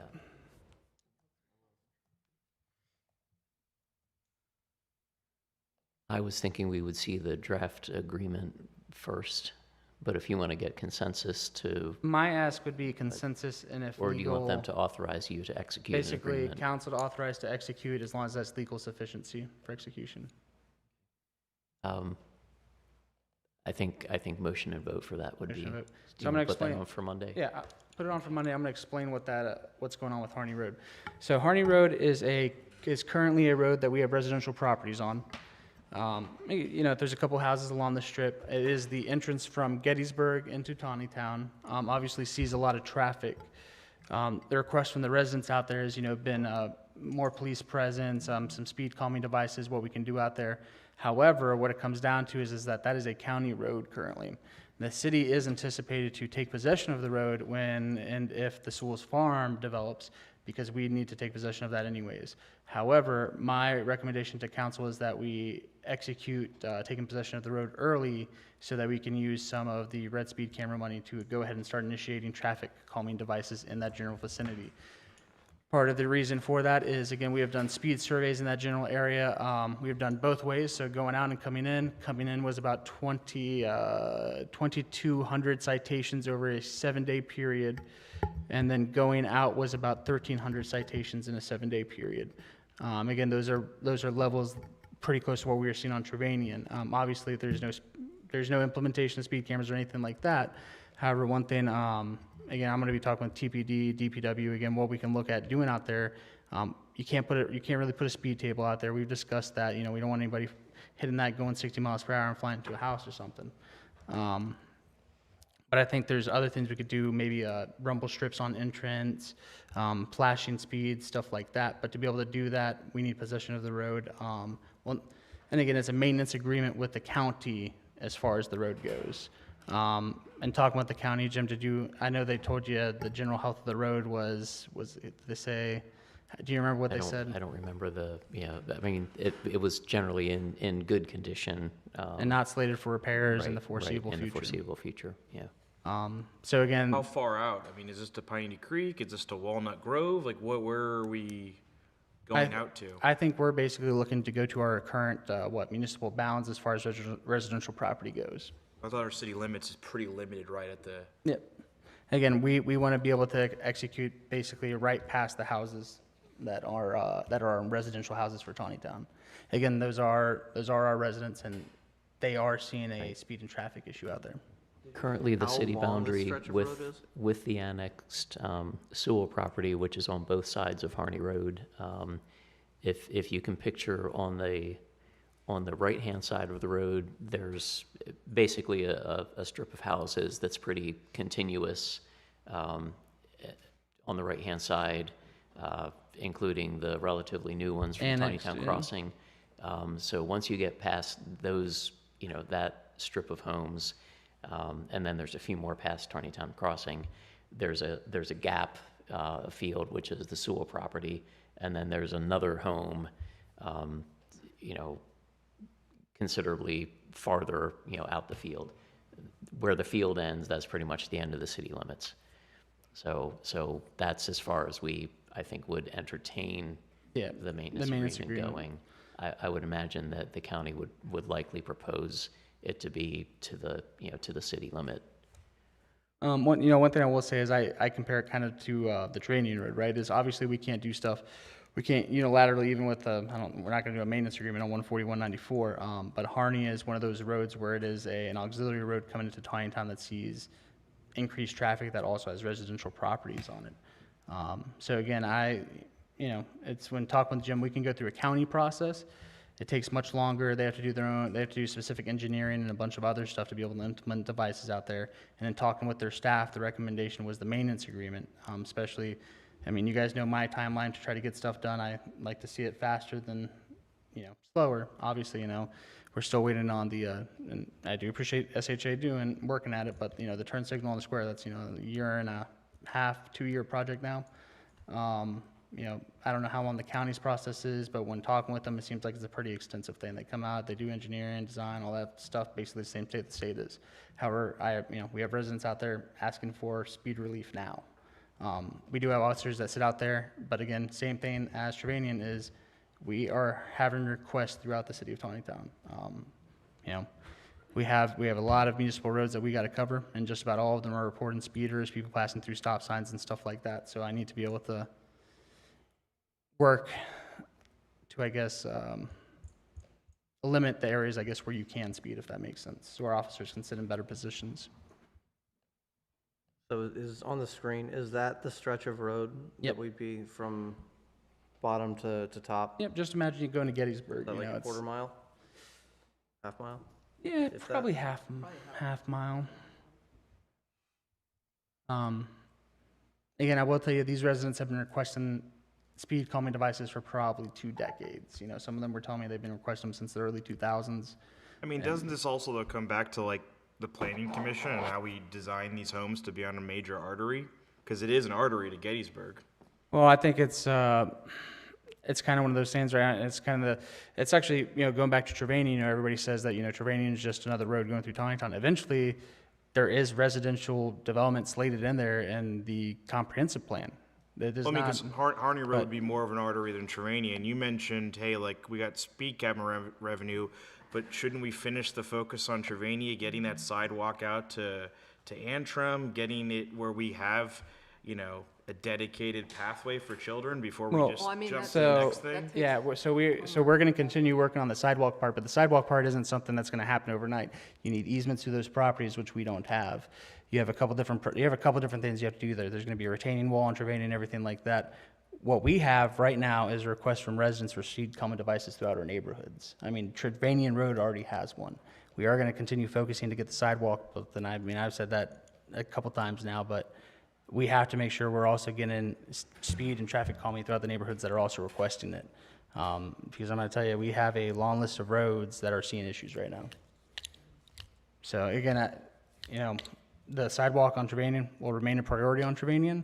However, it is a project that is not as simple as just putting a speed table out, for instance. There is multiple properties that we have to get easements through, and what I want to see on Trevanian is I want to see Trevanian connect to Carroll Vista, is what I want to see out there. But that's a longer site project. But again, Harney, similar situation, a lot of traffic being seen out there, but they are coming into city bounds, and the speed limit does reduce there. I think my ask to council is for us to be able to execute a maintenance agreement to be able to take the road up to those residential properties to be able to put speed calming devices out there. How long do these speed calming measures usually last? Like rumble strip, is that a forever thing? Is that like the last? They have to be reprinted. They have to be reprinted, from my understanding. You have to reprint them in the ground every, I don't know. I so think the often. rumble strips are a shorter term Yeah. Solution. But they're also and they not have as the expensive downside as a of- speed right. table, but But they also have the downside of sometimes generating additional noise noise, generation. Yep. Sure. tire noise when people cross them, that may not be ideal right next to someone's home. Yeah, sure. The speed tables, I think we're anticipating that they should last the duration of the wear course of the road that they're on, barring any winter like plowing incidents, and hope the design was such that we're hoping that we're not going to have plows gouging into them and things. So hopefully they will last as long as the wear course on the road does. I But of guess course, I'm when just, we I'm do just pave, concerned. it's an extra $14,000 per speed table, because they Yeah. can't just be, they can't be like milled and overlaid just, smoothly as part of the process. They need to be basically ripped out and rebuilt whenever we have to overlay a street. I mean, when do we stop? I mean, Roberts Mill, Roth, Grand Avenue, I mean, these are all major arteries. Do we just speed table the whole community? Like, Well, just for reference, you can go over those speed tables at 25 miles per hour. so now you're saying they don't even matter? They do matter. You can't go over them probably 35 without feeling it in your vehicle. But that's the thing, right? Is So you're saying we're in supporting of damaging cars, suspensions? for somebody who is speeding through residential neighborhoods where kids are walking, Harney Road is not a residential road. we're not talking about speed tables on Harney Road. You were Talking talking about calming devices on Harney common Road. devices, rumble strips, and flashers. That's I'm what just saying, at that's, what point do we stop and we just police everyone for speeding in the entire town? We just put cops at every corner and say, everyone gets a ticket? So I guess Mike. We don't have that many cops. Yeah, we don't have that many cops. First off, I guess Correct, Mike. so I what's guess the Mike. reason allocation of government resources to this? Right, you're Allocation of government resources, allocation of this revenue from the red speed camera, which is to go back into public safety, which is what was committed when we talked about that red speed camera. It is to go back into public safety for our neighborhoods who are literally requesting public safety devices. So what So makes again, one I don't- neighborhood more I don't- important than another? What makes this more important than Grand? Harney? Nothing. The only thing is that I'm So going to why tell are we you, giving Harney attention but not Grand or Roth or all the other because communities? because of what I told you earlier, that there's 2,300 violations out there, and that there's 1,300 the other way. I'm going to tell you right now, there is nowhere close to that number of violations on Well, Grand. because the city hasn't even made an attempt on these areas. That's the whole So how, point. you is can't that- say this is more important. You don't have the data for Roberts Mill. You don't have the data for Roth. You don't have the data for Grand. You just have the data for Harney Road. For 2,300 violations. Do you think there's 2,300 violations on Grand? I don't have the data to know. But I'm going to tell you now, there isn't 2,300 violations on Grand. It's not even, How do you know? because Grand and Harney are two different types of roads. I mean, they both have residential properties on there, and we have residents there that are calling for speed calming because they have kids and whatnot playing out there. But I mean, what is your suggestion for the allocation of red speed money? Not Complete to the go project we've already agreed to, which is to improve Trevania Road. Let's figure out what all the cost is for that. Let's allocate it for that. And then once we've gotten that funded, let's then explore what can we do next for the community, rather than jumping to another project when we haven't even completed this one. Okay, You first, realize here's the how- thing, though, how- is that we're not gonna just how focus on long Trevanian Trevanian's Road. gonna We have take. roads I'm throughout not our. asking you to focus exclusively That on is- Trevanian that is Road. I'm exactly- asking you to that is complete exactly what you're your asking. focus. I'm asking you to complete The the fo- infrastructure the package focus- on Trevanian The Road. focus is speed calming throughout Taneytown. It isn't just one road, it isn't just one area. Never said it was That's one why- road. You're that's twisting why- my words. No, that's why we're doing speed tables, that's why we're doing, the But raised once again, you crosswalks on had all the roads I just Westview, mentioned, O'Brien, I'm not seeing police Amicus, officer there. Water Run, Break Iron, Trevanian, because we're not gonna just address one area, we're gonna make sure every neighborhood is getting addressed. Because we have residents throughout town that are asking for this. It isn't just one area, it isn't just one road, we have multiple roads asking for it. Can we, I kind of get where you're coming from.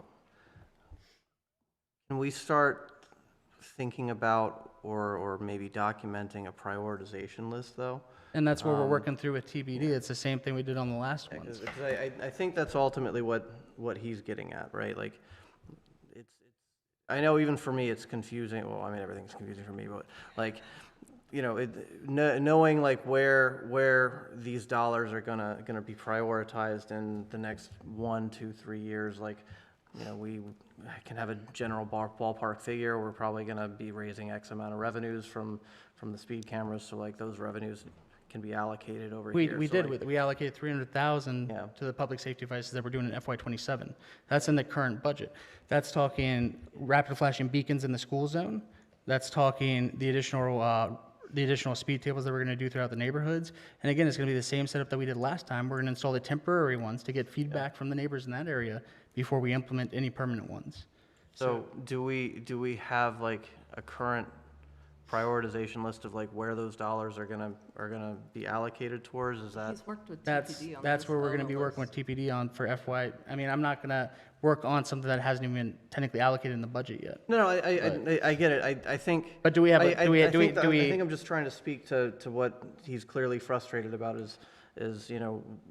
Well, his knowing frustration is where trying to it's build gonna a go. sidewalk that we don't even have easements for on Trevanian. Yeah. Yeah, So you're gonna- that's not, that's I'm gonna a tell you, ways that, out that's, still. that's out yeah, right yeah, now. That's getting too granular. I wasn't trying to get to that. I'm just trying to make sure, like, look, if we have an idea of what we need for projects, have we already earmarked the money for that? If you came back to me and said tomorrow, hey, Alex, we got all of this earmarked, this is all set in stone, we have enough revenue set aside for these projects, we're gonna space them out over the next 3 years, and we have an extra picking around $50,000, great, let's now put it towards this. You know what I mean? I don't know. The money is Well, allocated. you do, because it's in the budget for $300,000 allocation to public safety devices in town. That is literally what we're gonna be using those towards. And again, it's one of the major requests we've had is Harney Road. I mean, you can go out there and talk with the residents on Harney Road if you'd like, and you could tell them, hey, I don't believe you should get speed calming devices out here because there's other roads. I believe we should build the sidewalk on Trevanian, for instance. But I'm going to tell you again, this is something that's been heavily requested from Harney Road. It's the Well, same. I was just, hold on. Basically, what I'm seeing, that's why I've just been sitting here quiet while everybody's been yelling back and forth. What I'm seeing is we've got these areas that we know about in town that are our responsibility right now. Okay, Grand, Roth, Roberts Mill, et cetera. What this seems to be is a request to take on another area to spend more money on before we've gotten to the areas that we actually are responsible for right now. So basically what I think the justification needs to be, and I'm not saying that there's not speeding going on Harney Road.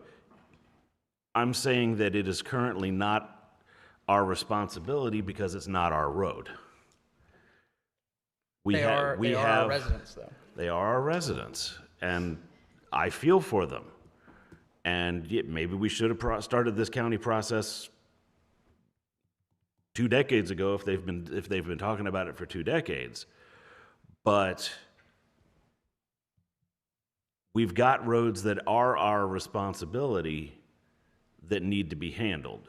Do we have that laid out? Is that in the CIP that we know where we're going to put traffic calming in our other trouble areas that we own already, or What is the plan on that front?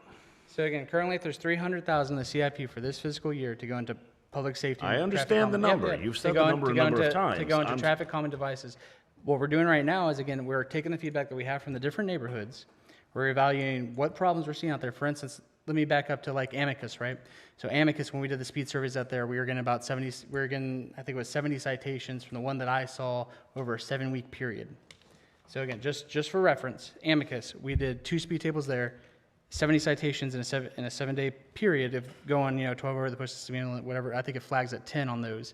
However, going back to Harney, which is right next to our Memorial Park, which we are expanding for people to go to, people are flying into town at 10 over at 2,300 infractions one way in a 7-day period, and 1,300 the other way. That's what I'm saying. Is I we already understand that. know. We're responsible for Amicus. We are not currently responsible for Harney. I think we still have an obligation to the residents that we serve, regardless, to try to solve the problems that they're facing in their neighborhoods, especially if we know the problem is more severe in that specific area as compared to another. And that's where, again, it's kind of the same thing. Part even the 300,000, for instance, is we know that we want to essentially do the rapid flashing beacons at the crosswalks at the school. That's one of the projects there.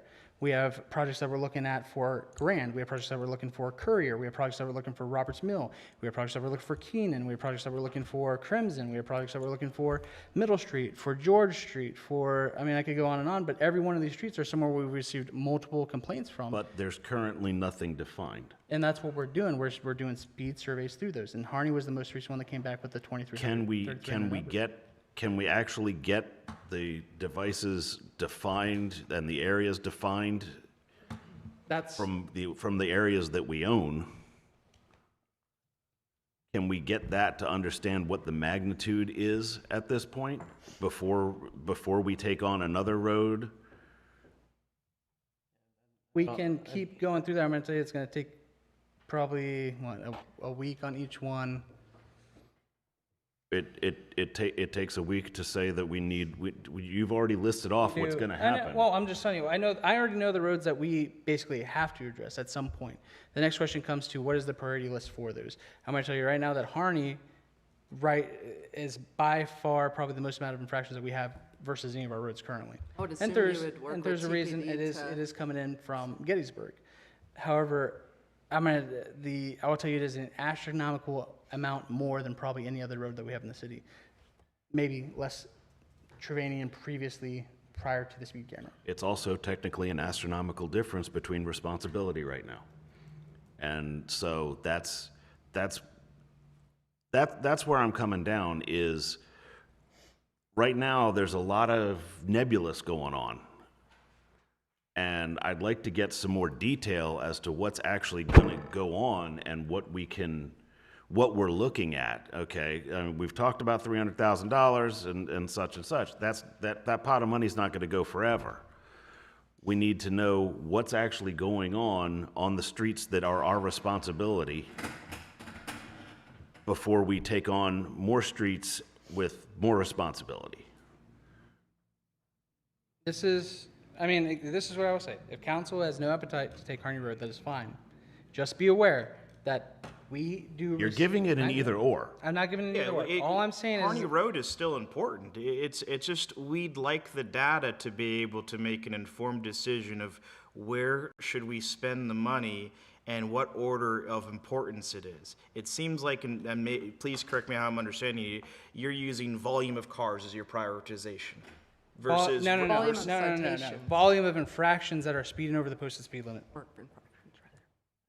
So now, Once again, a sample size of the cars that are doing that. But and there might be more cars on Harney Road, but there also might be more cars on Francis Scott Key. I'm just asking for the data before we just start immediately taking on a project. That's all. If we can figure out, if all of these roads are important, what do all of these projects cost? And then how should we allocate the money over year 1, year 2, year 3? well, we don't know. All of the main roads in and out of town have speeding infractions on them. On York Street, you could fund the city budget by tickets you could write on York Street. That's true. It's bad there. If we could take the money, but we can't because it's a state road. Correct. So the point is, it doesn't matter whether it's York Street or Frederick Street or East or West Baltimore Street or Harney Road, you're always gonna have that. The solution for that is to put an officer out there with a radar gun and issue some tickets. It works very well coming into town from Littlestown and on York Street. People know to slow down coming into town. They're used to having a police officer there frequently is issuing citations. And the same thing would happen on Harney Road if you did that. Okay. I mean, can we allocate? One second. Yeah, you're good. Let me stop and give an example. Okay, so, Harry, Yes? would you like our officers to sit on 194 and 140? Would that be where you like to have them focus so they can write the tickets and call on the roads there? I'm just asking, because this goes back to a point that I've been trying to make with council, is that, for instance, actually, both of you were in here talking about it the one day that I was here, is that, again, Alex believes there's a big problem on 194 and 140, and that's where officers should be sent to write citations. However, you don't want to see our officers there writing, you want to see them out and about in the neighborhoods. Yeah. If they're not in the areas at a consistent pattern, it's not going to stop the speeding issue. That's kind of my issue here, is that we know speed devices are a more, not a permanent solution, but a more consistent solution. We have to be able to limit the areas where people can speed for strategic placement of officers. And The ask is a larger ask than just to put speed things in on Harney Road. You're asking to take over maintenance of a section of Harney Road. that we're gonna be taking in And- the future anyways. Which would be an incredible mistake. But you're asking to take on the full maintenance of Harney Road, which there's not even a plan for Sewell's Farm at the moment for them to be doing anything, or not even a timeline as far as I know. All I am saying is, before we take on maintenance, because everybody's crying about streets and not having enough money for maintenance on streets, okay, that was the big pushback that I just got last meeting about the street specifications, was, oh my God, we can't put streets in because we can't support it. Okay, we've got a couple dozen houses maybe on that road. What can support that? Okay, so the arguments are falling apart on it a little bit. So, like I said, all I'm asking for is a little bit of specificity of what we're actually looking to do. Because right now, we have a lot of nebulous, well, we want to do some flashers here, we want to do some speed tables there, we want to do... What's the list? What's the list? What can be done? What can be done in any kind of order? And how much money do we have left after that's done? Before we take on, again, I sympathize with the residents of Harney Road. They've got a house on a main road. Okay, it's like the people that live out. When they bought the house. It's like the people that live out on 140 outside of town. They bought a house on a road that's a main road.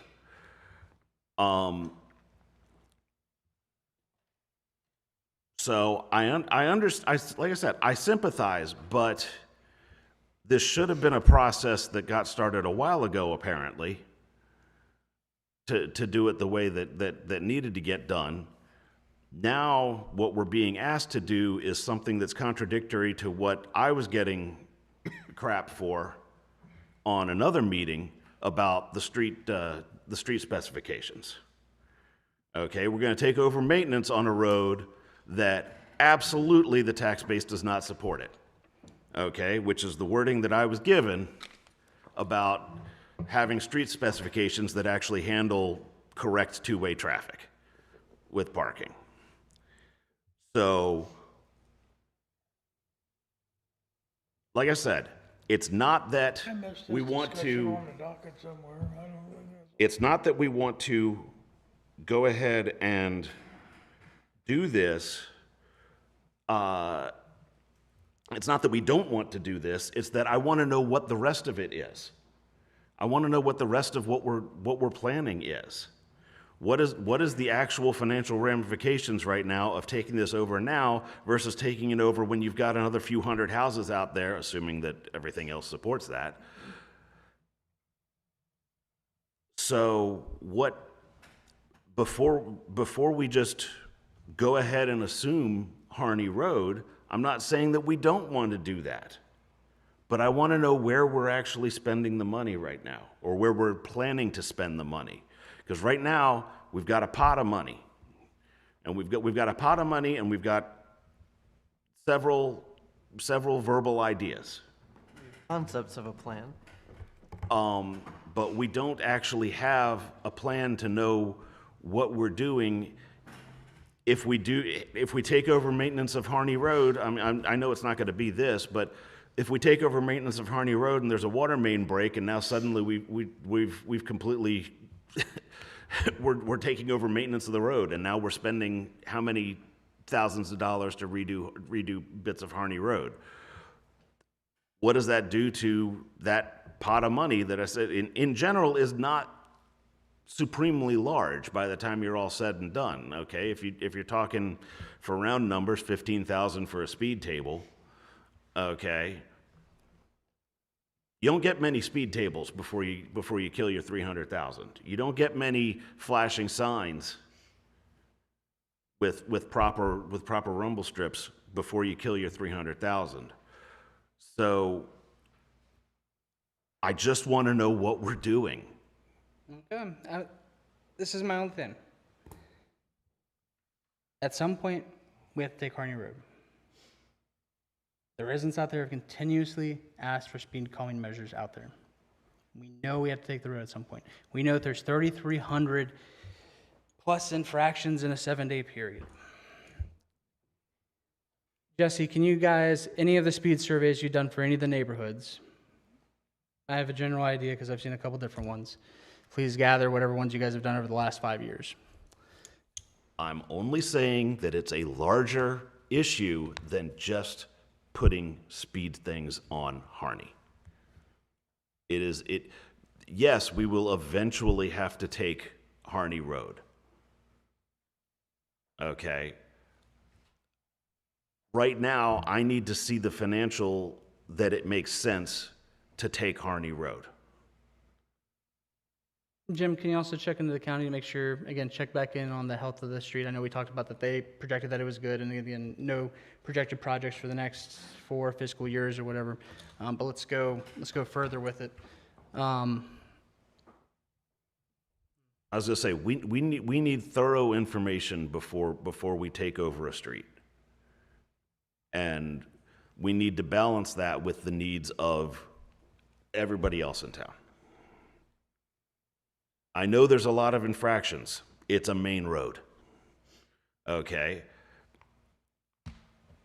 I get it. And again, I sympathize. But it's a bigger issue than just putting speed mitigation type stuff on Harney Road. It's taking over Harney Road. A portion of Harney Road, yes. I get that. The portion within town.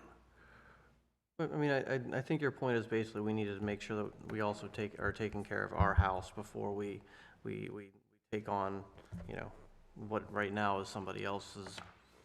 Jim, we annexed a couple properties along Harney Road just recently, didn't we?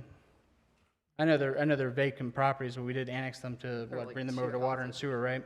We annexed one dwelling out there that was, right, that had a failing septic system, and in order to do that, we had to annex some small strips that were a few feet wide that actually separated that property from the city limit. And Mayor, to throw you a bone on this one, I mean, I just like a roadmap. If you're telling me that Harney Road is the most important, the first one we need to handle, and we have a roadmap to how we're going to address other ones, I'm all for it. This was not on my docket tonight. We haven't really talked about it, and I haven't seen any of the data. So if you're going to tell me, like, hey, look, we got $300,000, and this is the best bang for our buck, you'll have my support. don't have any data to support how it's more important than something else. And to Aries' point, we will take it on eventually.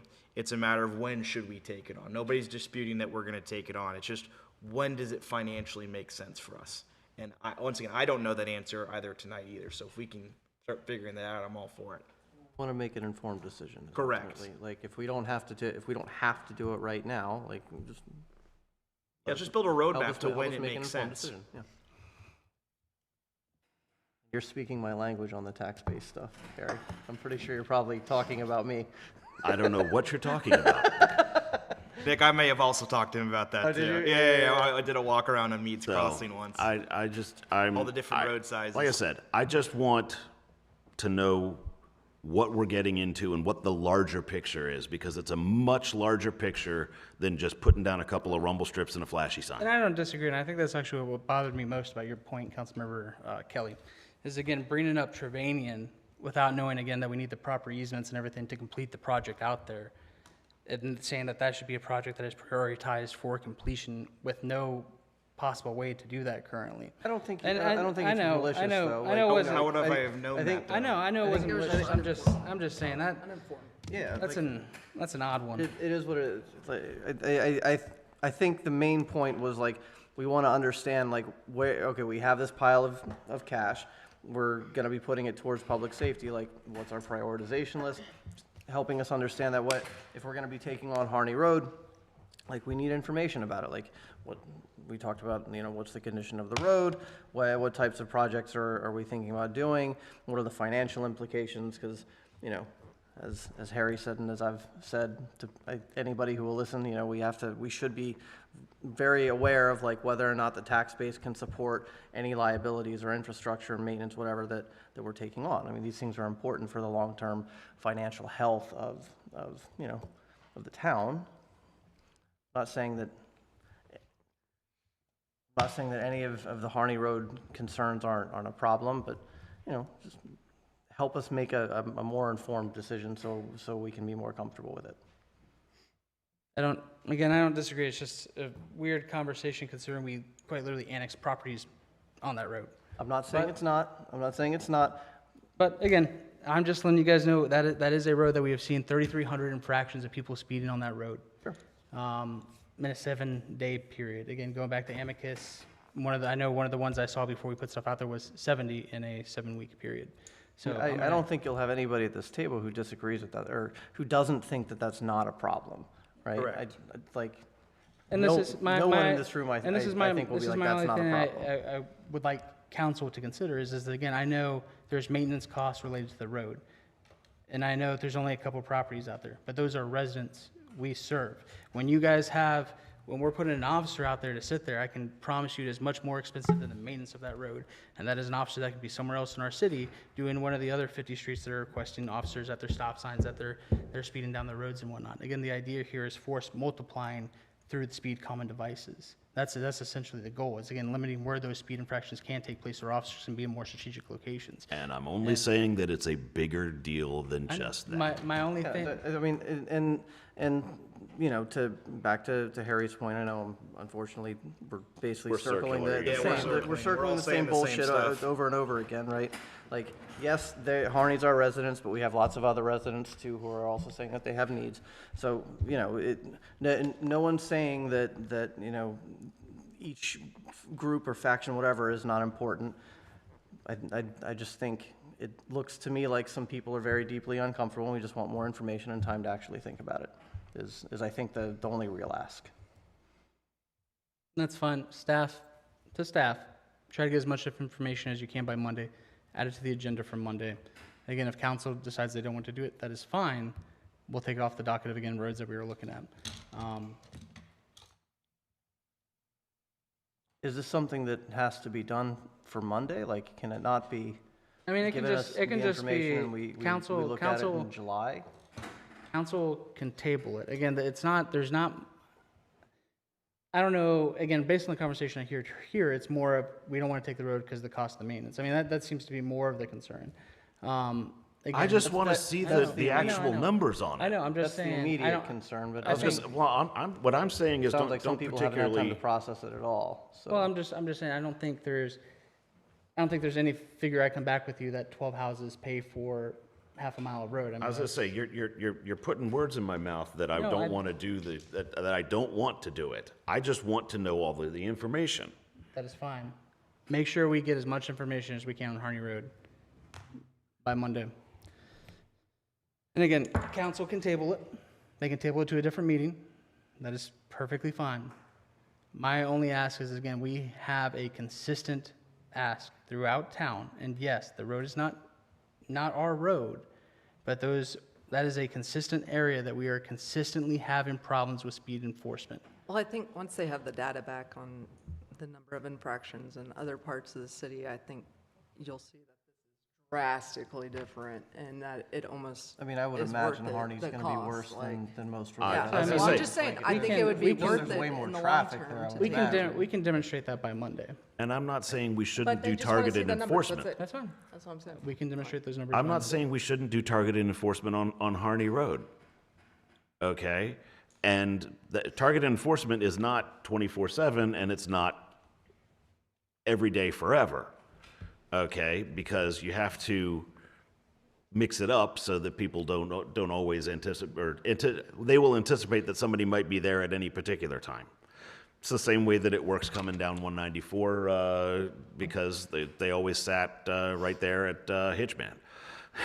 So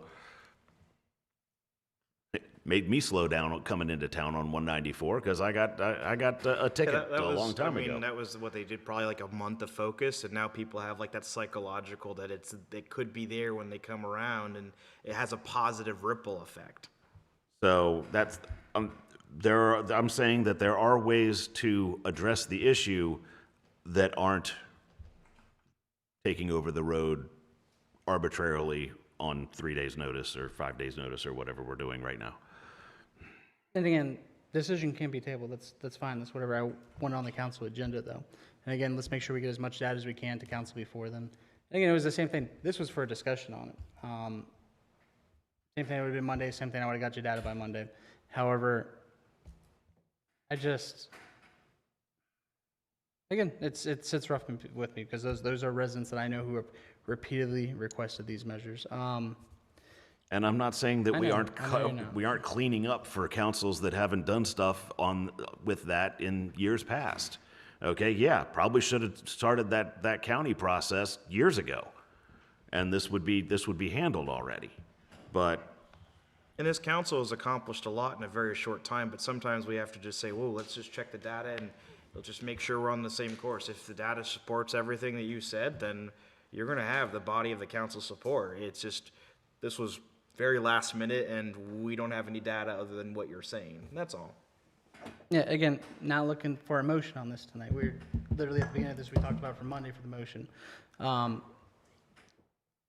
Again, just be aware, we have a police department that is being pulled in a million different ways right now, as far as where people want enforcement, where they want our officers sitting. And that's not just from the residents, that's also from council currently. So, well, and Just remember that that. goes to my They're stretched very thin. that goes to my We all request recognize of that. where things are going on. and again, this is one of the heavily requested roads for Are you still, exactly. council, are you still wanting to consider like some kind of heat map so you kind of have a general idea? I don't need it done up in a map. I just, Okay. It just if needs a we list have of general, yeah, what if we have roads general, we want to like, hey, we prioritize. did, no, And maybe there's what different, speed calming two different devices things, you want. two different things. On the report, what I'm looking for is, all it is right now is, and I'm making numbers up out of my butt. Yeah, for conversation sake, I'm 250 citations and 100 warnings or whatever the numbers are. Where? Yeah, versus saying like, hey, of the 100, 100 Yeah, that's what I meant by X that. are on Hardy. Yeah, Well, like, you also like wanna- this you wanna see neighborhood, the- this say you neighborhood wanna see a got list. 30, Yeah. this neighborhood got, just to see an idea of where this is going on. Again, and you're if- gonna want to see the areas where we've actually put the device out there to measure speed Yeah. for the area. You're not gonna want just where our cops have road infractions, for instance. That's not gonna paint you the picture of where we're actually seeing the infractions on the road. That's kind of what I was gonna back to, is again, the Amicus, the 70, No, the I- Harney, the 20. No, I was gonna say, two different things. Okay. Okay, we get a report every, this is what I've been talking about, we get a report every council meeting of 250 citations, 100 warnings, probably reverse. Just a general, because there is a perception of where are these things going on. So that's what I'm trying to find out is, where are we concentrating right now? Okay, and that's not where do the traffic studies say that the speeding is happening? That's where are we actually using our manpower right now to do the citations? A list of where the citations are written.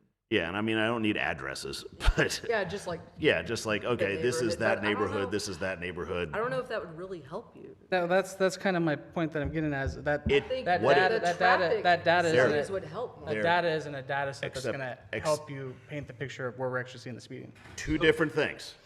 You're, Again, we've crossed over. Two different things.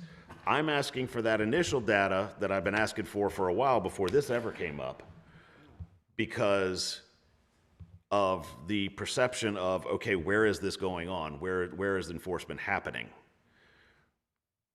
There's an entirely different thing of where do the traffic studies say that enforcement needs to happen? Okay.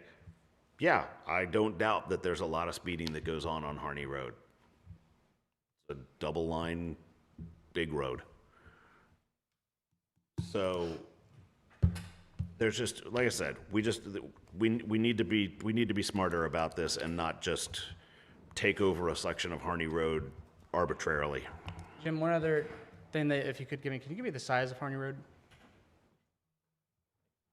Pavement This, section the widths, paved like- size of the okay, road, yes. Okay. Okay. Any additional comments, questions, concerns? Again, staff, make sure you guys are working on that for Monday. Any additional comments, questions, concerns? Going back to City Charter Article 1, same thing. Need council to be mindful, we are looking to add definitions into Article 1. If there are specific definitions that you think are important, that should be consistent throughout charter and code, that is where they should be placed. If you have additional additions that you'd like to see to Article 1, again, it's a very basic article.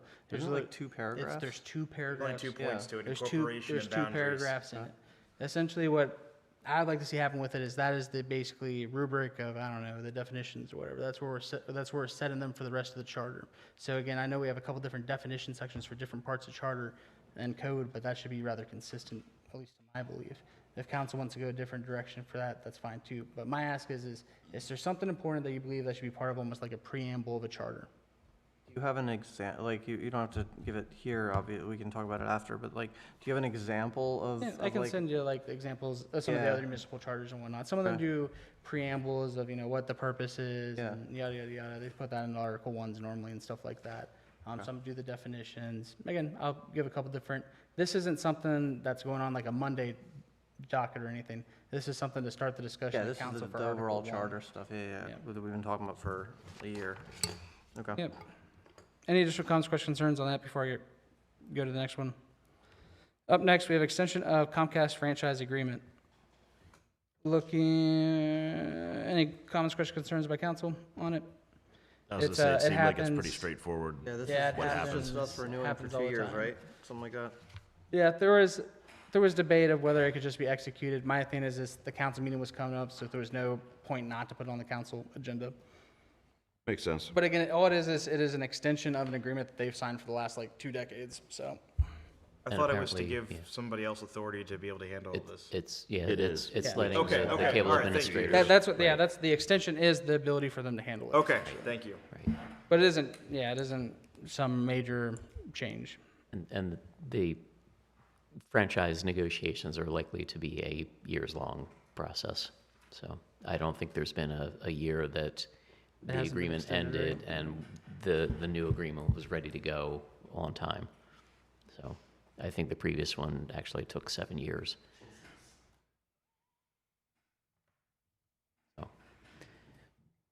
So, yeah.